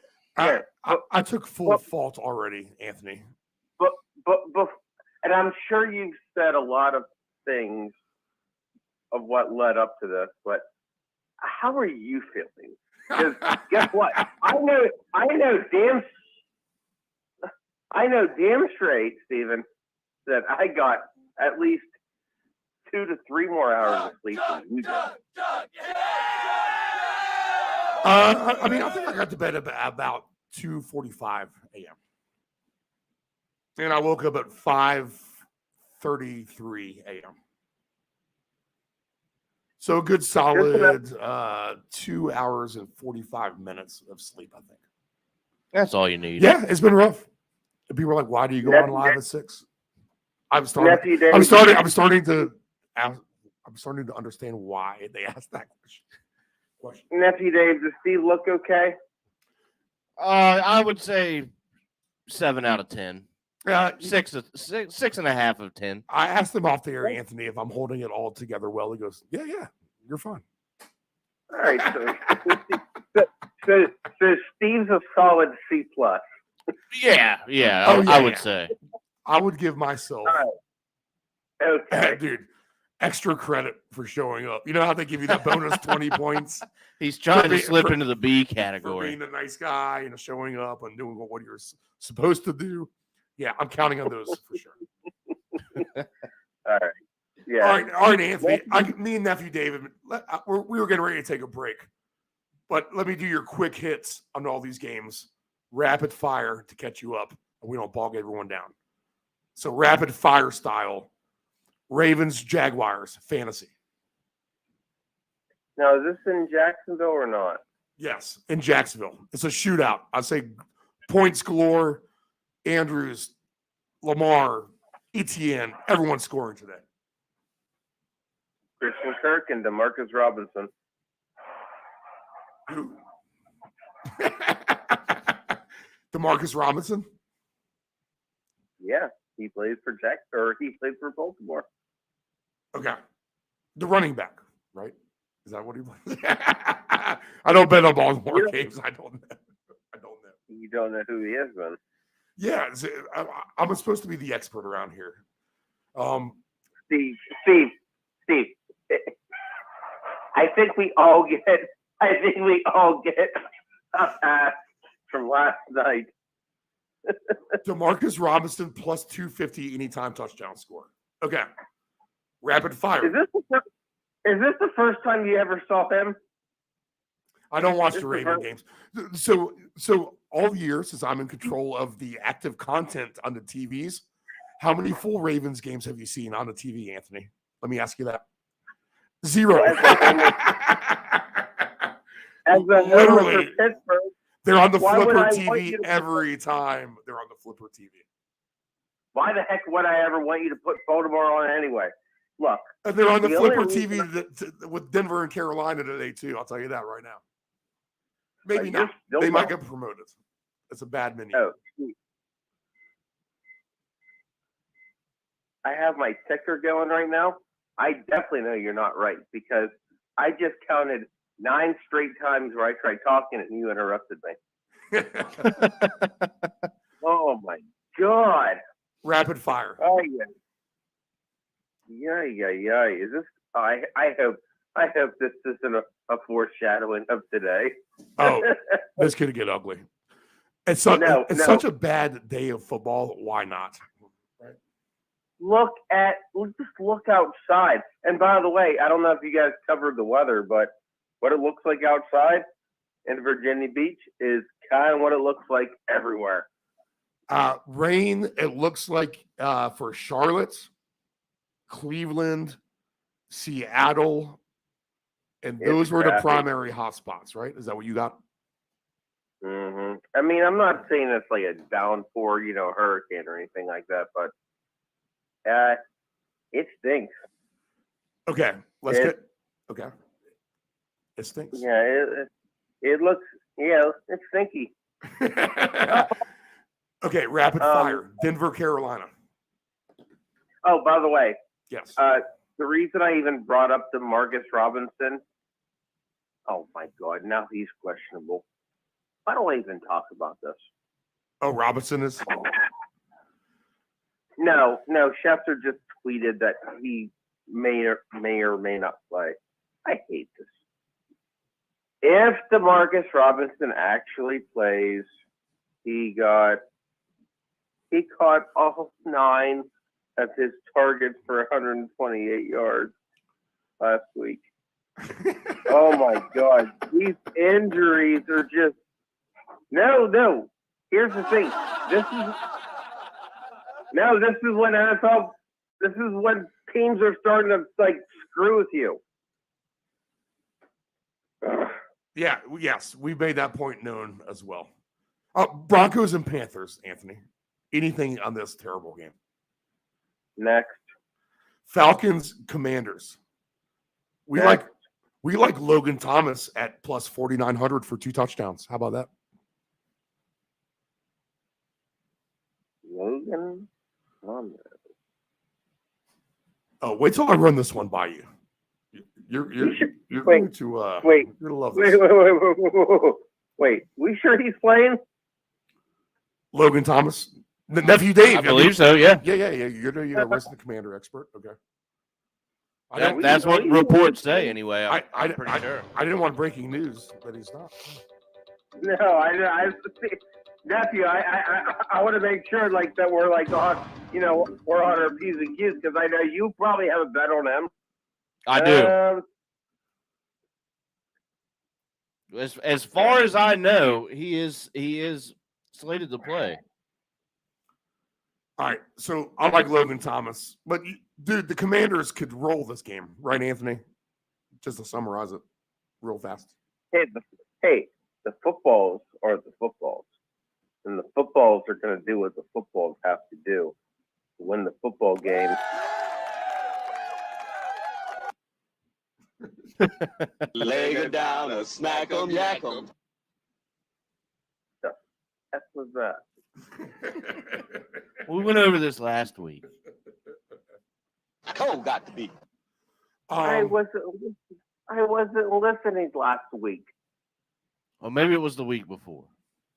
Buccaneers, Browns. Oh, Nephew, you're fine for now. If I get anything, I will update. And if I find out that Logan Thomas isn't playing, you'll be breaking my heart. Buccaneers, Browns, Anthony. I'm gonna go back to bed. All right, Bengals, Titans. Back to bed. Texans, Dolphins. Bed. You don't like Waddle or any of those things today? I said if you were here, you would love Waddle, you'd love Hill, you'd love all that. I don't know what happened last night, Steve, but you altered my brainwaves.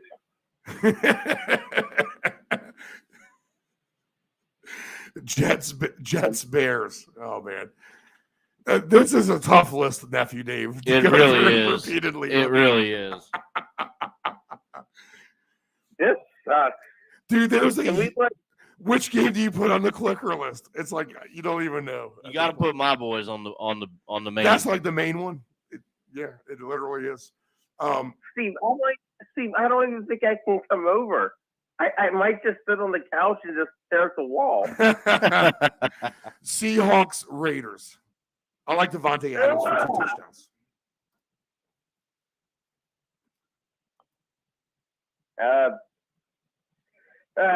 Throw DK Metcalf in there.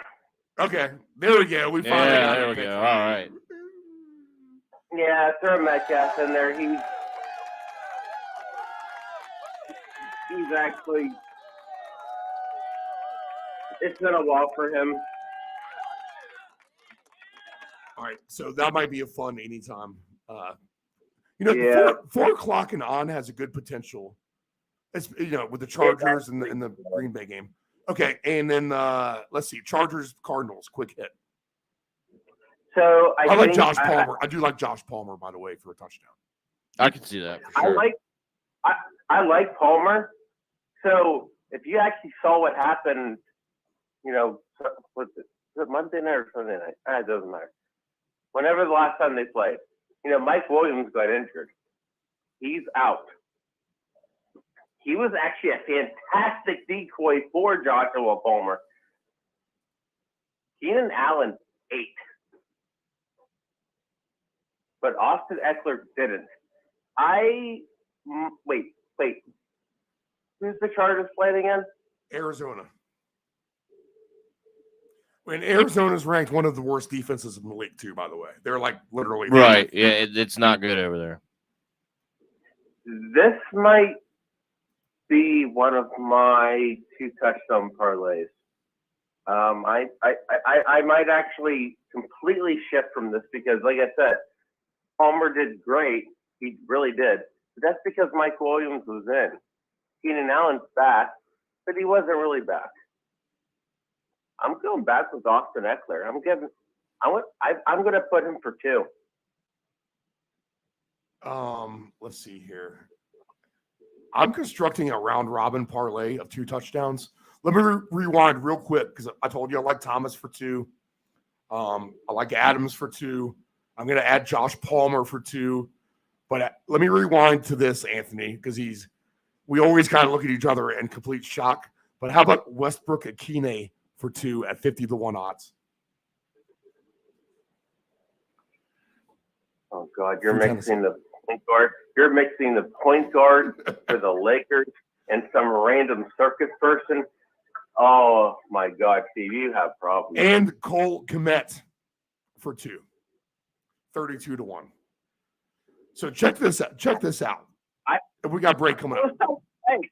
I do not like that. I do not like the Cole Kmet bet. No. Fields isn't playing. He may not play again this year. That might be. He has a dislocated shoulder, and guess what? I've had a dislocated shoulder. Guess what? It hurts. Well, it's better off that he has a quarterback that is going to pass more than run more. That's the way I see it, to be honest. And at 32-1 odds, just to throw him in this mix, listen to this. 2 touchdowns each. Westbrook Akine, Logan Thomas, Cole Kmet, Devontae Adams, and Josh Palmer. This is a total of... Wait, who is the second person? Logan Thomas. Oh, okay. And as we're talking about this, these lines are dropping too, by the way, that makes it interesting, huh? We have that much power in the universe. I was worried about this Bears bet because Fields probably isn't going to play. If you do a round robin parlay for all those players and put $1 across the board, so this is a $22.50 bet. $22.50. On the 2-game parlays, your $1 will average out to $800 a win. Your 3-game parlays will average out to $19,000 if any 3 of those hit. Obviously, if Westbrook Akine or Thomas is one of those, that makes that juicier for sure. On the 4-game parlays, you can only bet 50 cents ahead because the payout's so astronomical. If you hit 4 of the 5, $879,000 for that.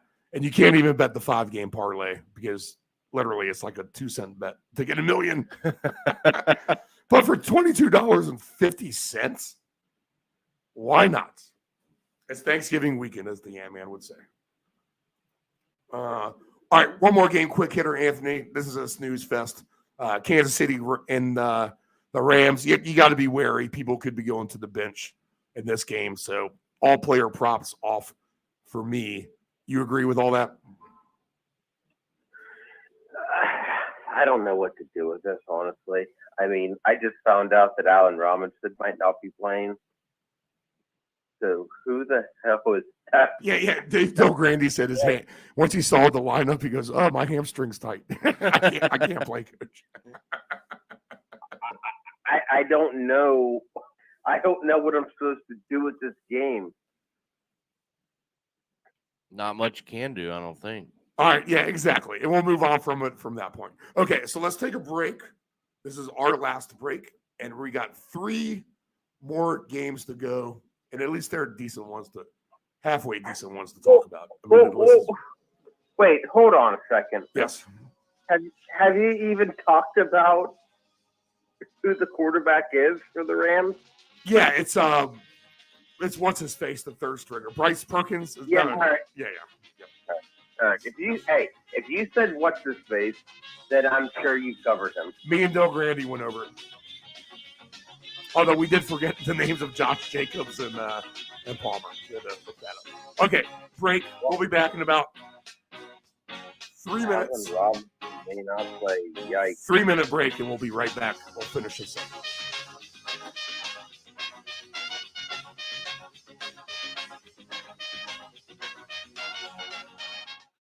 Know your gambling limits.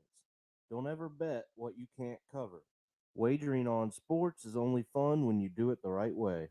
Not every bet will win. When you get on a bad run, know it and avoid trouble. Know your gambling limits. Tired of your swimming pool's diatomaceous earth pool filter? The constant cleaning, green pool, cloudy water? I thought this was supposed to be clean. Trust your swimming pool's water quality with a custom sand filter install. A clean, easy solution for your swimming pool operations. Contact Dependable Solutions at 757-354-5517. Hey, does your home have algae or stains on the siding? Is there grime built up on your deck or brick patio? Coastal Pressure Washing Services has a warranty of professional services. From pressure washing to window cleaning to deck and fence staining, as well as dryer vent cleaning, you got it all. Call Coastal Pressure Washing at area code 757-439-9810 or visit our website at coastalpressurewashing.net. Again, call Coastal Pressure Washing at area code 757-439-9810 or visit our website at coastalpressurewashing.net. Do you want to advertise with Deep End Broadcasting? Send us an email at deepend757@yahoo.com. That's deepend757@yahoo.com. Control your alcohol. Don't fight. Don't drink and drive. Your one punch could kill someone. It happens. If you're behind the wheel, you may think you are fine, but then the other driver is under the influence of texting, and then you are done. Control your alcohol.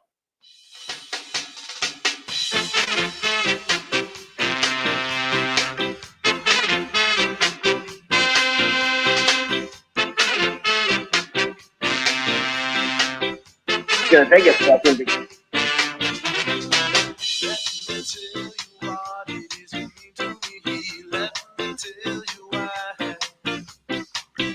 No, it's not. Well, maybe. All right, well, we are back. This is the final segment of the round robin. It is 9:21 a.m. Eastern Standard Time here on the East Coast, the beautiful coastal shores of Virginia Beach, in the wonderful United States of America. Could you imagine the England coming over here and playing the United States in a football game and giving us a tie? I know, right? Although that screwed me once again. Once again, Team USA. Not happy with you Did guys. you have them for the win against England? No, I had both teams to score, no draw. Didn't do nothing close to that. We love the comments. More comments coming in.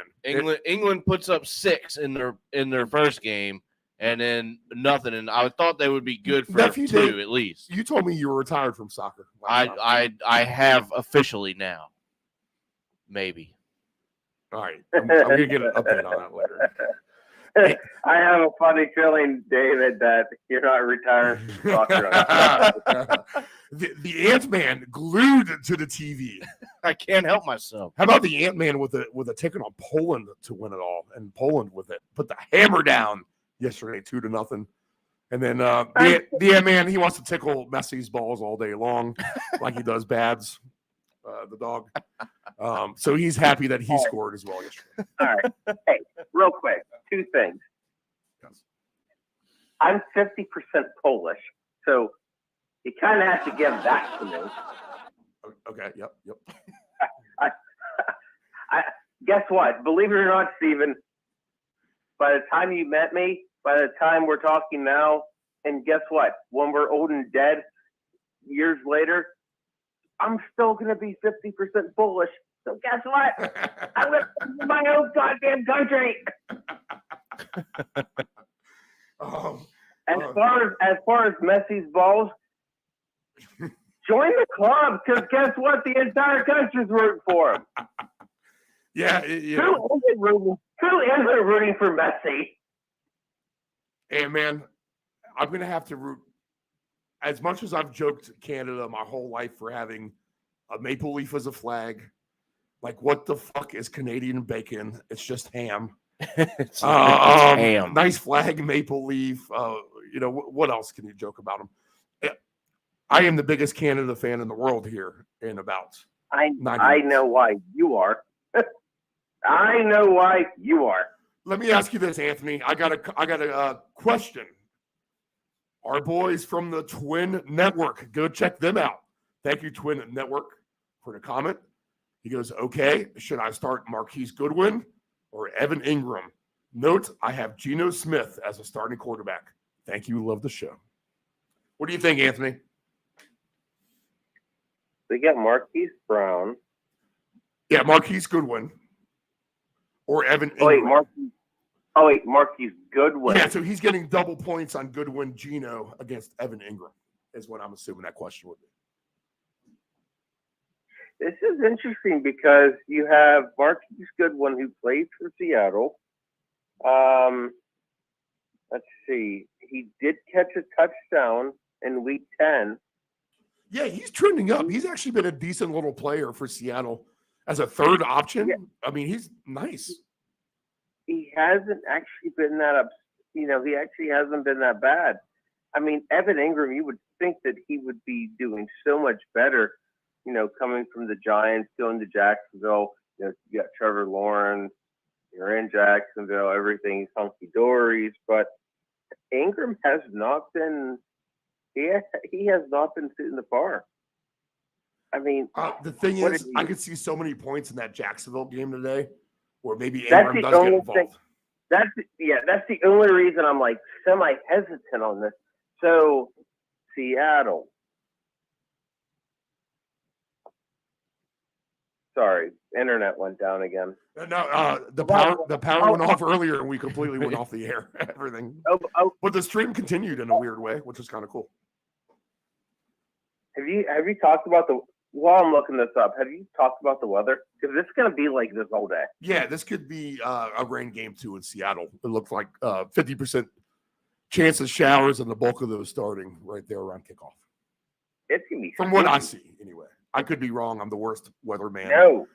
You were the much better. If we have a weather department, Anthony, you are anchorman number 1 and I am anchorman number 2, and I'm not even close when it comes to predicting the right weather for our games.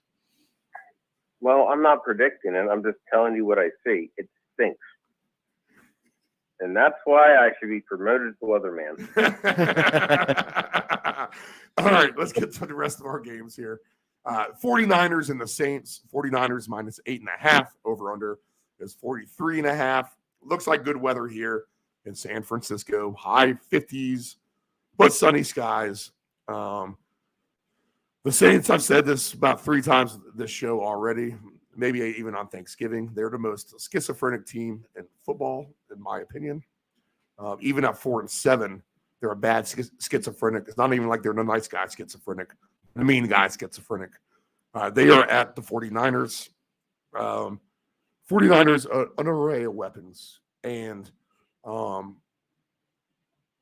honestly, the 49ers are my pick to win the Super Bowl probably right now. I haven't said anything about winning a Super Bowl, but if you had to tell me I need to pick one team to win it all, I'm actually going to trust the 49ers to do that. Yeah, even after they got their butts kicked by the Chiefs in that one game. I feel like with McCaffrey, this team will just get – if they stay healthy from where they've been, then they are going to be – they're going to make a very, very, very deep run. That being said, screw the Saints. I'm going to take the Niners. And Dave Grande's the resident Niner expert. He thinks this is right about the number. You know, he's not expecting great things from the 49ers in terms of a super blowout against the Saints. But I'm going to tell you this. I'm going to take the 49ers to win by multiple scores because I've been great at betting against the Saints. And I've been good. I'm 1-for-1 betting on them and undefeated betting against them. And I'm going to do it once again today. And if I take the 49ers and I'm going to lay a paltry 19.5 points at plus 285 for the Ed McCaffrey smoke show, Andy Dalton is going to throw an interception, at least one. If he could bet him to throw two, I would. If I could bet Jameis Winston's going to get thrown into the game because it gets so ugly, I would bet that as well. In fact, if you're going to do a DraftKings or any kind of like fantasy contest today, throw Jameis Winston as your quarterback maybe. That's the old Anthony trick. He likes to pull that maneuver off sometimes. Throw in the guy who could get in there once the shit bag turns to shit fast or gets injured. I don't know, Anthony. I like a 49ers blowout. I'll get it from you first. What do you like in this game? San Francisco's playing at home against the Andy Daltons and the Jameis Winstons. We saw what San Francisco did against Arizona. I know, a little depleted team, and they were also not in our country. They look good. They look good. And guess what? They don't look just good. They look scary. Yeah, and the thing is, you haven't even seen the quite full potential yet Right. either, to be honest. I mean, I have a feeling there's a 49-10 game coming up that could be today, to be honest. It really could be. I mean, there could be a complete drubbing on the part of the Niners. Green Bay Packer fans are watching this team going, see, this is what we deal with every single first round in the playoffs. Right. They're scary. And, oh, by the way, they kind of added Christian McCaffrey. Because they're not even utilizing full. Well, that's the thing. Brandon Ayuk is getting into the, it's like, who do you cover? And, there's Brandon Ayuk tortured you for two touchdowns. Well, you got Brandon Ayuk, you got Deebo Samuel. You still have, arguably, I'm not trying to compare him to Travis Kelce, but Kittles, yes. Kind of in a way have a very, very, very decent argument for Kittle being one of the best tight ends in the league. And he is. He came from Iowa. He is definitely going to be on my anytime touchdown. One touchdown today for Kittles for sure. Whatever parlay I have for one touchdown scores, Kittle is on there all day today. It's such a weird game. I honestly feel like it's going to be the strangest. You take the Saints for what they're worth, and that's a pile of garbage, to be honest. And at a good team like San Fran, who are talking about who's going to win the Super Bowl potentially right now, how is this not a blowout? That's the way I look at it, to be honest. The team who wins the Super Bowl will annihilate teams at times, and this is ripe for the pickings. The Saints, literally the dagger for the Saints season goes through the heart today when they get blown away by San Francisco. If you want to have any kind of indifference or difference with this game, if you're really looking to throw $1 to win a lot of money. This is where you put it on Taysom Hill.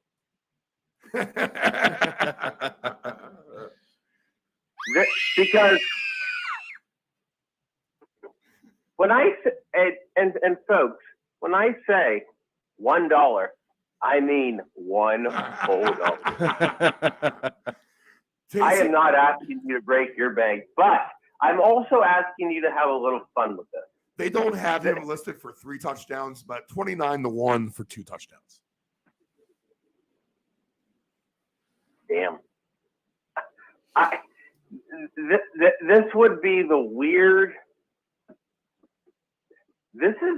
I might actually do this. I might put actually $5 on this. I can see the San Francisco defense 2 touchdowns, 60-1 odds today. That might be a sneaky play there. How about that one? Andy Dalton Pickfest. I'm going with my boy Kyle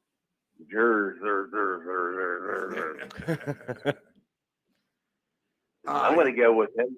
I'm going to go with him on the first touchdown score. How about that? I don't see Juszczyk as a 2 touchdown score, but as a first touchdown score, which we love the Juszczyk bet. He does it all the time. Juszczyk for the first touchdown today, 29-1 odds. I'm on board. He's my Dawson Knox of fullbacks. Plus, I also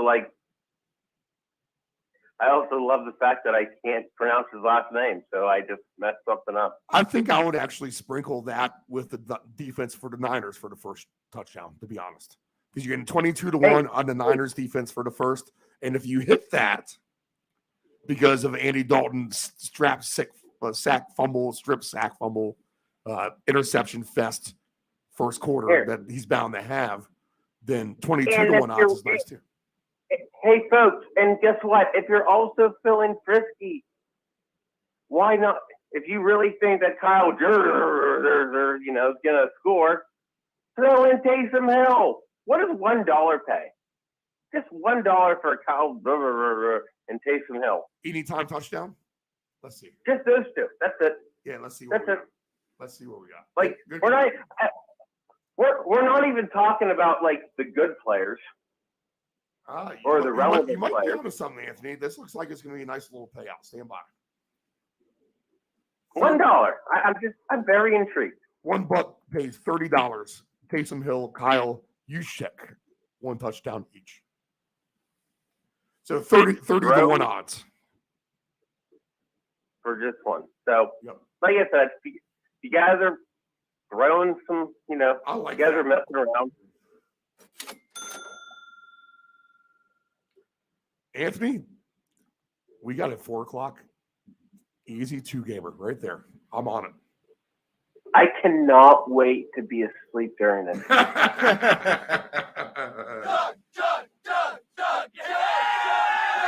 the opposite of what I'm going to do, but I get it. I appreciate it. I can't wait to take a nap either, to be honest. A nap is going to be so welcomed. Steve, you're not going to take a nap. You're going to fall straight back and not talk to me for about 5 hours.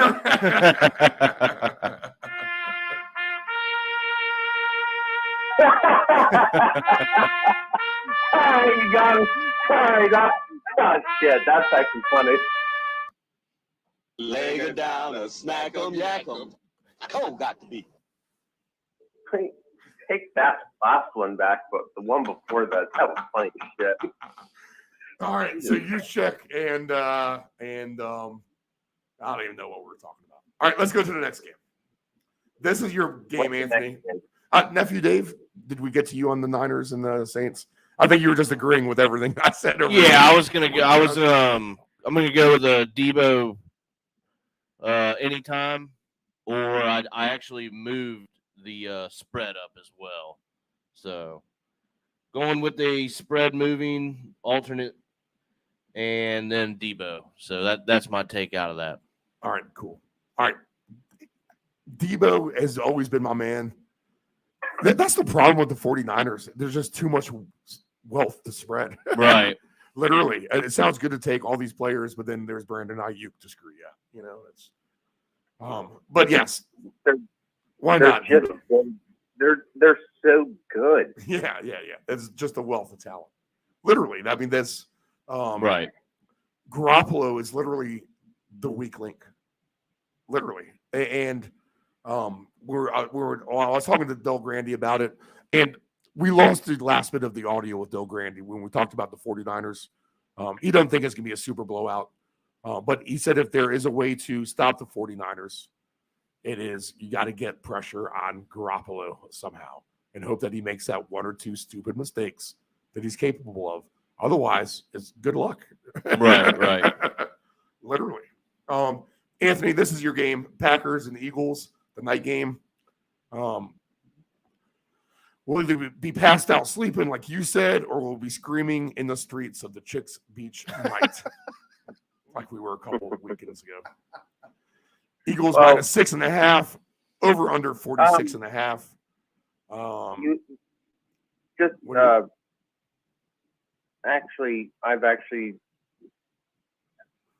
I actually don't care right now. I am actually looking up for that caller, that called about Goodwin and Evan Ingram. I'm gonna go. Look, if you're looking for 3 points, holy shit! Morocco won Belgium nothing, 77th minute. Wow. Wait, what is it? Morocco is beating Belgium 1-0 in the 77th minute. I have a buddy who put $80 on Belgium to win the whole thing. I'm gonna enjoy this today. I'll carry on, Anthony. For the person who called in for Marquise Goodwin and Evan Ingram, if you're looking for a floor,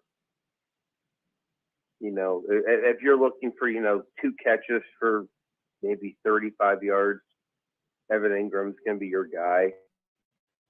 But if you're looking for a higher ceiling, Marquise Goodwin is going to be your person. Look, they're playing against the Raiders,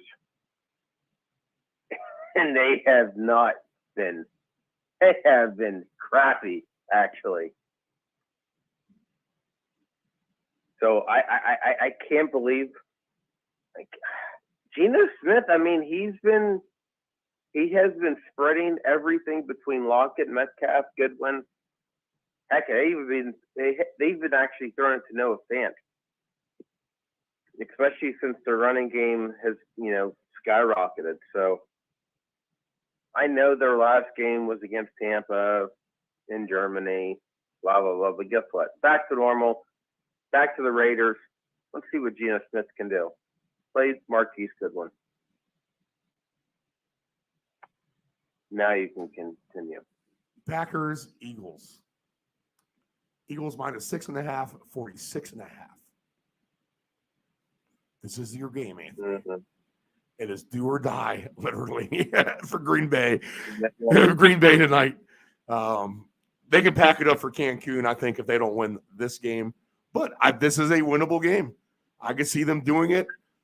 This could be a shootout, but we have, I think, weather again, potentially, right? Rain looks like it's going to start. It looks crappy. It looks crappy. But maybe that's what the Packers want. They're the. I think that neutralizes Philadelphia more than it would Green Bay, I would say. If it's crappy weather, that actually helps Green Bay because we know what Jalen Hurts can do, and that's run everywhere, and also throw it to AJ Brown and Devontae Smith and whoever else. But Green Bay is so. I feel like Green Bay is like 3 games away from figuring out what their identity is, because you have this rookie standout Christian Watson, just he could have another 2 touchdowns tonight. To be honest, I'm contemplating that for sure. You got Christian Watson. Aaron Jones is a little bit more healthy. And he's going to play, by the way. We almost hit that master jackpot, too, of the Tennessee Green Bay same game parlay. So this is their first chance since then. I think we ended up 23 yards short for Watson. It was that bomb that was just off a little bit. If you call it that, we won that bet, which was going to be a huge payout simply for that game. But we're going to try that again tonight. I think it's the same exact thing. I mean, with Watson, you brought back Randall Cobb. He's got an extra. I know he's older, but he's also Rodgers' if it's 3rd and 2, look for Randall Cobb. I mean, that's what Rodgers does. And he also looks for his receivers who he trusts. And guess what? Now that Watson is, he's been banged up throughout the year. But how about this? Plus 360 for Randall Cobb, 60+ yards. I wouldn't be surprised. Plus 580 for 70+, and plus 850 if Randall Cobb can get 80+ yards tonight. If Green Bay is going to win this game, they have to play against the Eagles like they played against the Cowboys. They have to establish the run. Rodgers cannot just randomly throw the ball and expect any miracles. Because guess what? He might actually, screw that. When we watched that game against Tennessee, he stunk.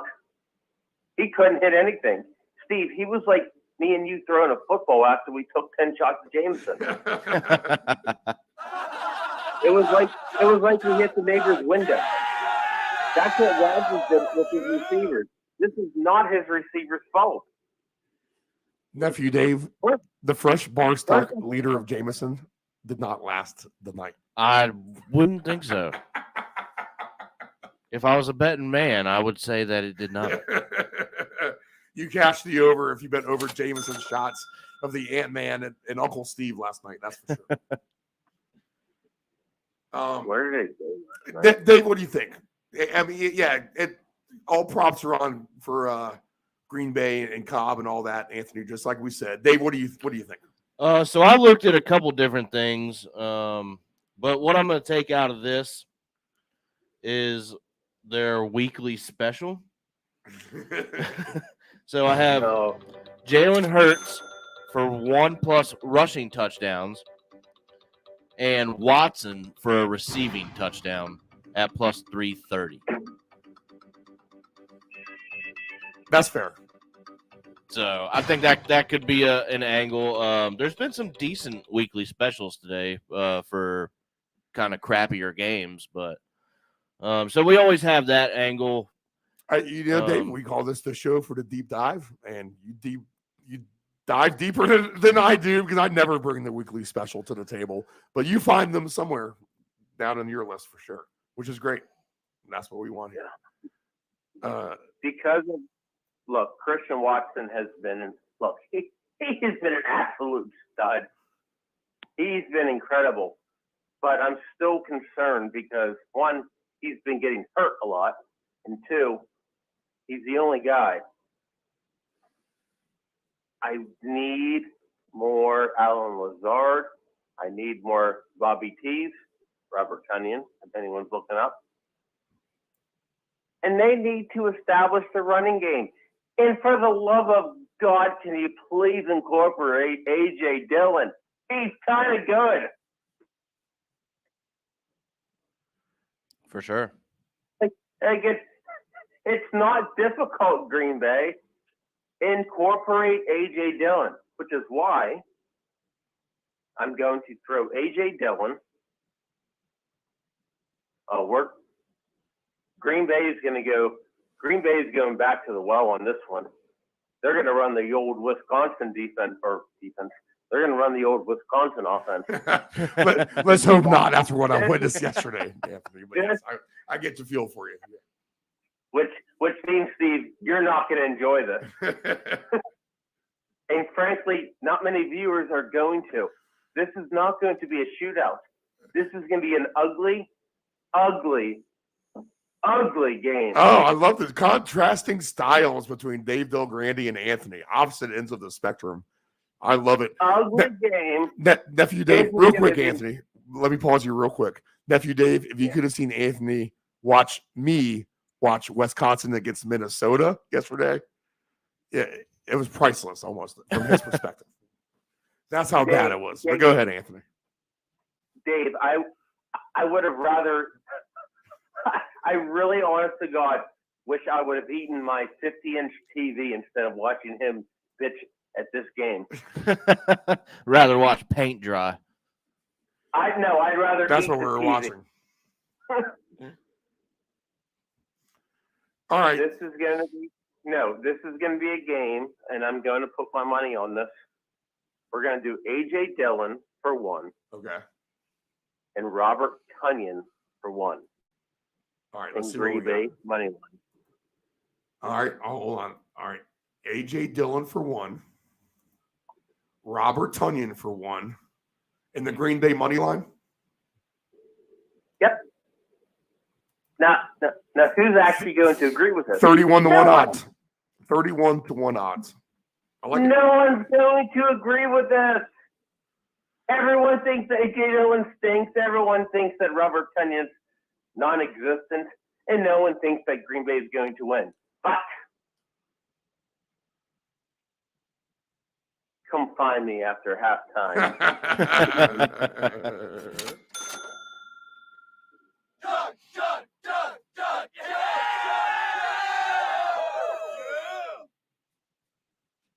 Lay it down, smack 'em, yak 'em. All right, last game on the list. Monday night. This is a double dipper night game of the Ant-Man getting his jollies off, Nephew Dave. Because after he gets his jollies off with Green Bay on Sunday night, he thinks he's all rested and relaxed, and he has to get his stamina up again to root for his Pittsburgh Steelers at the Indianapolis Colts in what is surely a loser goes home game without a doubt.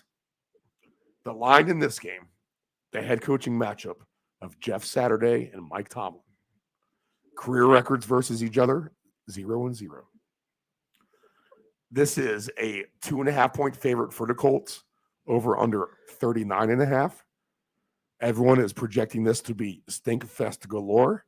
I think this has the opportunity actually to have a lot of points. That's just me, but I could see this game somehow stretching into the 50s. A Pittsburgh offense that has been somewhat pedestrian. I think the Colts are the perfect cure for that. And, Jonathan Taylor at home running the ball, even though the Steelers have a really nice defense, you got to think that the Colts are going to be able to put something up as far as points go at home. I'm going to actually like the Steelers in this spot, mainly because of the Tomlin versus Saturday matchup. And that just tells you not necessarily the coaching matchup, but the state of where the franchises just are at this moment in time. And I'll trust the more growing product of Pittsburgh than the unstable product of Indianapolis. If I'm getting points and if I'm going to get even better money to move it on an alt line or even towards a total over, maybe I just look for the Steelers to have their coming out party that, I don't think anyone's really even expecting them to actually have, but I think they actually could. And you know what? This game could have 35-17 written all over it, to be honest, getting into the low 50s, getting a nice plus money price. If you go alternate total wise, if you go alternate total over 49.5 is plus 350. That is definitely good enough for me. I'll tell you that right now. I won't go too much higher, but I'll settle there. I don't know, Anthony. I'll start with you. Tell me where I'm wrong on Pittsburgh. I like the growing product more than the unstable products. Your take. The good news is that Pittsburgh is a very stable product. The only unfortunate news is that their backup running back, Jalen Warren, is not going to play.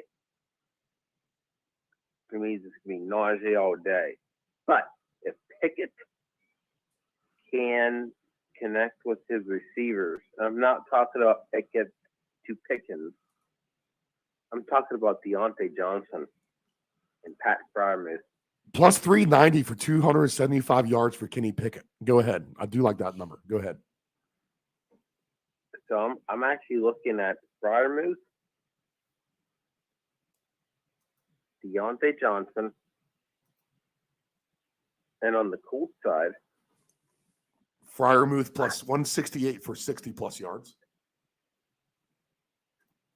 I'm looking at Deontay Johnson plus 290 for 70-plus yards. He just needs one bomb, and he's there. Right. No, he always gets targeted. He just didn't catch it. The deep ball's coming. The deep ball is going to come. Well, the deep-ish kind of ball. The three-quarter bomb, yes. Yeah. Little old Kenny back there throwing the ball. Yes, I got you. Yeah. This isn't Mahomes throwing it to Tyreek Hill kind of ball.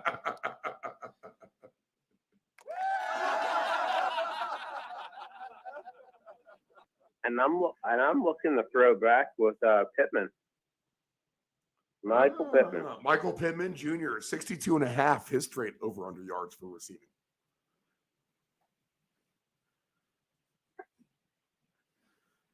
Could you see points, Anthony? Could you see this actually? This could go over 39.5 without a doubt, right? I could see this being both in the 30s. Yeah. Kind of like a Minnesota Patriots-esque type of game. This is exactly the kind of game that could be the Vikings and Patriots because they kind of both stink. Kind of like the Vikings and Patriots. They're so good, but they both stink in their own way. Nephew Dave? Yeah, so I think this is going to be something that I take a look at. I might even throw it in with a parlay of tonight or tomorrow's NHL action where I go Pittsburgh Steelers on the money line with a couple other things coming out of the NHL tomorrow. That is something that I'm considering, or taking the Steelers money line and the under. So there we go. We have the antagonist of the protagonist argument of the over-under yet again. I like it, boys. We're all, could go high, could go low.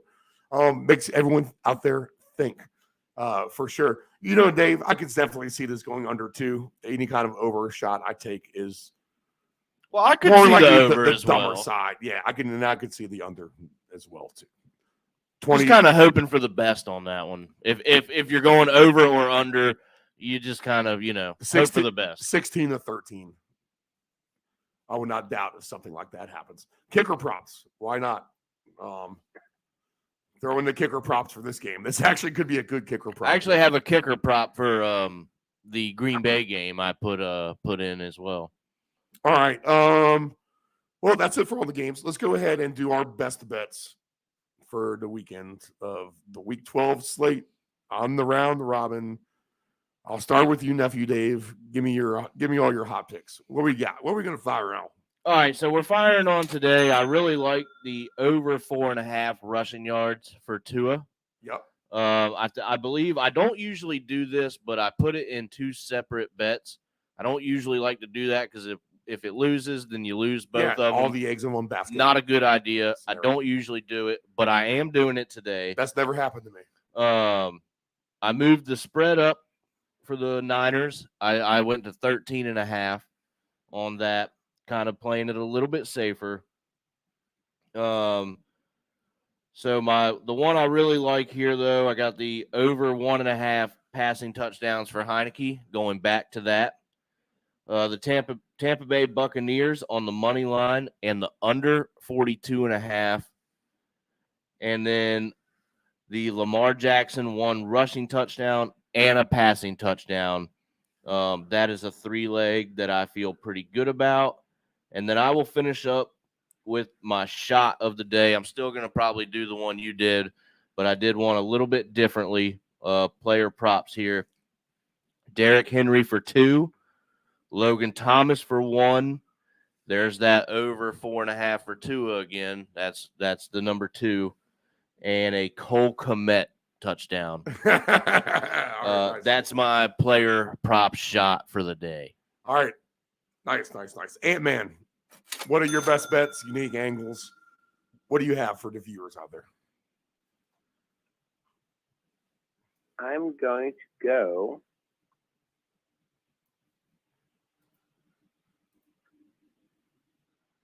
in light of talking about Tampa and the Ravens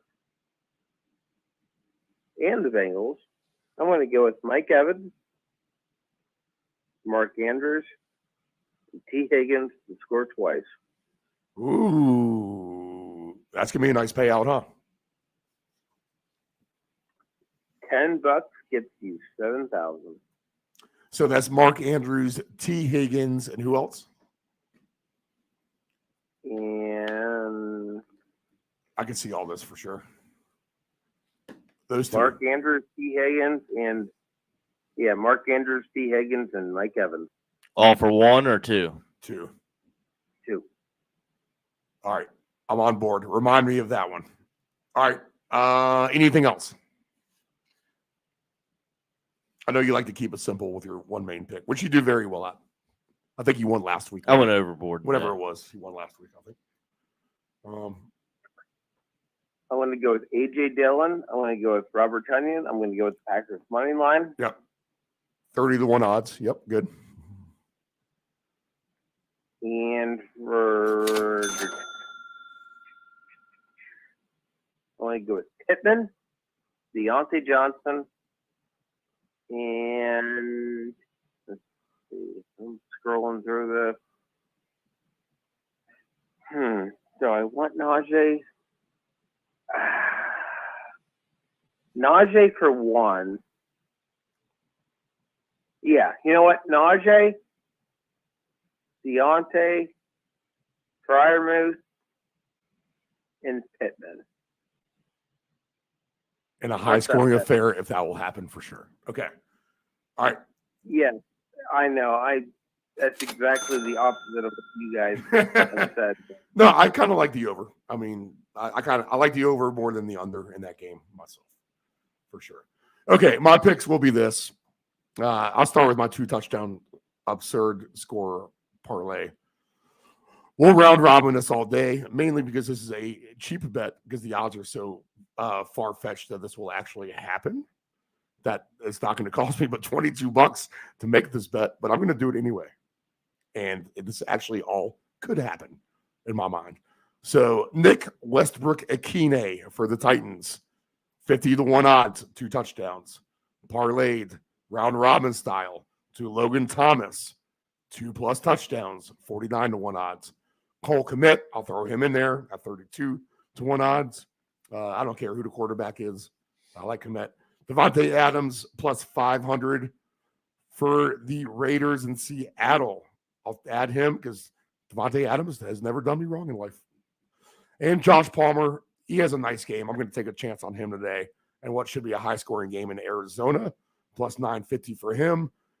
Like I said, I'm only risking $22.50, but if everything hits, then I'm a millionaire. Put it that way. Literally. No lie. So off $22.50, the hell if I'm not taking a stab at that. Okay, for my games, let me get back to the full menu here. NFL. I'm knee deep in the props. Okay, I'm going to look for a high-scoring game in Jacksonville and Baltimore. I think they both easily get into the 50s, so I'm not going to be afraid to stretch that over as well. I'm going to play around with some correct score nonsense in the Denver-Carolina game. We have things like 9-6, 12-9, 13-9. All those numbers are paying anywhere between 300 and 500-1 odds. So in what will be a rainy game there in Carolina with these two dismal teams, then, why not just throw, $10 worth of obscure numbers around and we'll play around with that. I like the Commanders to win convincingly against Atlanta on Sean Taylor Day. God is on their side. Players, like, you needed to add motivation to this group already. Oh, by the way, we're going to play for Sean Taylor today. I mean, what does that feed into your adrenaline and your will to succeed I think that adds a lot, to be honest. So I will back the Commanders in that regard. So alt line moves so far on the Ravens over, on the Commanders. I'm going to skip the Browns Bucks. I'll skip the Bengals Titans, shying away from the system play because no Mixon, no Jamar Chase. The Bengals now down to a 1-point favorite. So that line moving to Tennessee, actually. So I'm going to be off that play. Texans, Dolphins, I don't trust that game. Bears, Jets, don't trust it. Seattle's and the Raiders, I'll look for an over, but that's more of a dancing partner scenario in this game. Same with the Chargers, Cardinals. I'll look for an over in that game, but that's going to be more a dancing partner scenario. I'm going to be more convinced.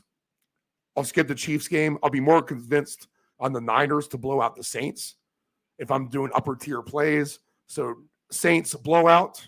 49ers blowout. Washington blowout. Over Baltimore, Jacksonville.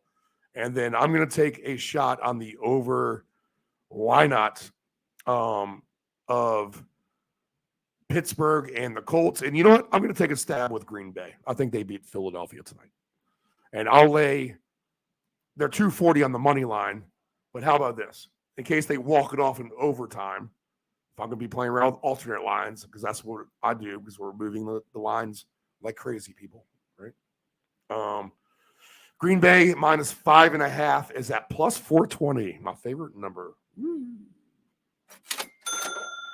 So those are my picks for today. Whatever I put in official, I'll tweet it to Nephew Dave at deepend757 is where you get all our tickets on the Twitter. Past 10 o'clock, long show. Here we go. The short Thanksgiving slate. And we sit here and babble nonstop.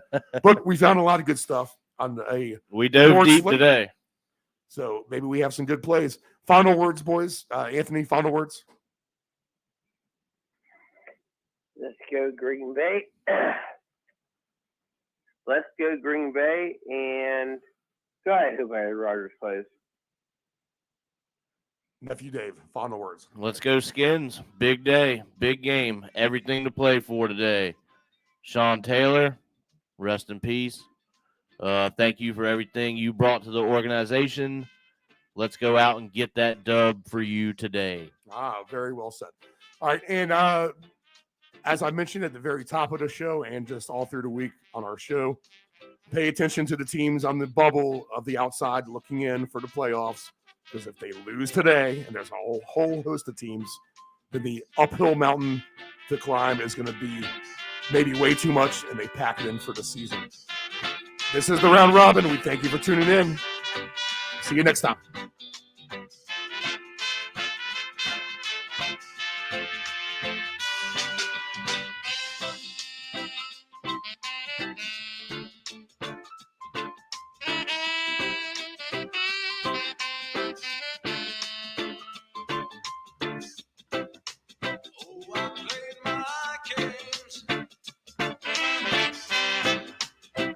Many times before.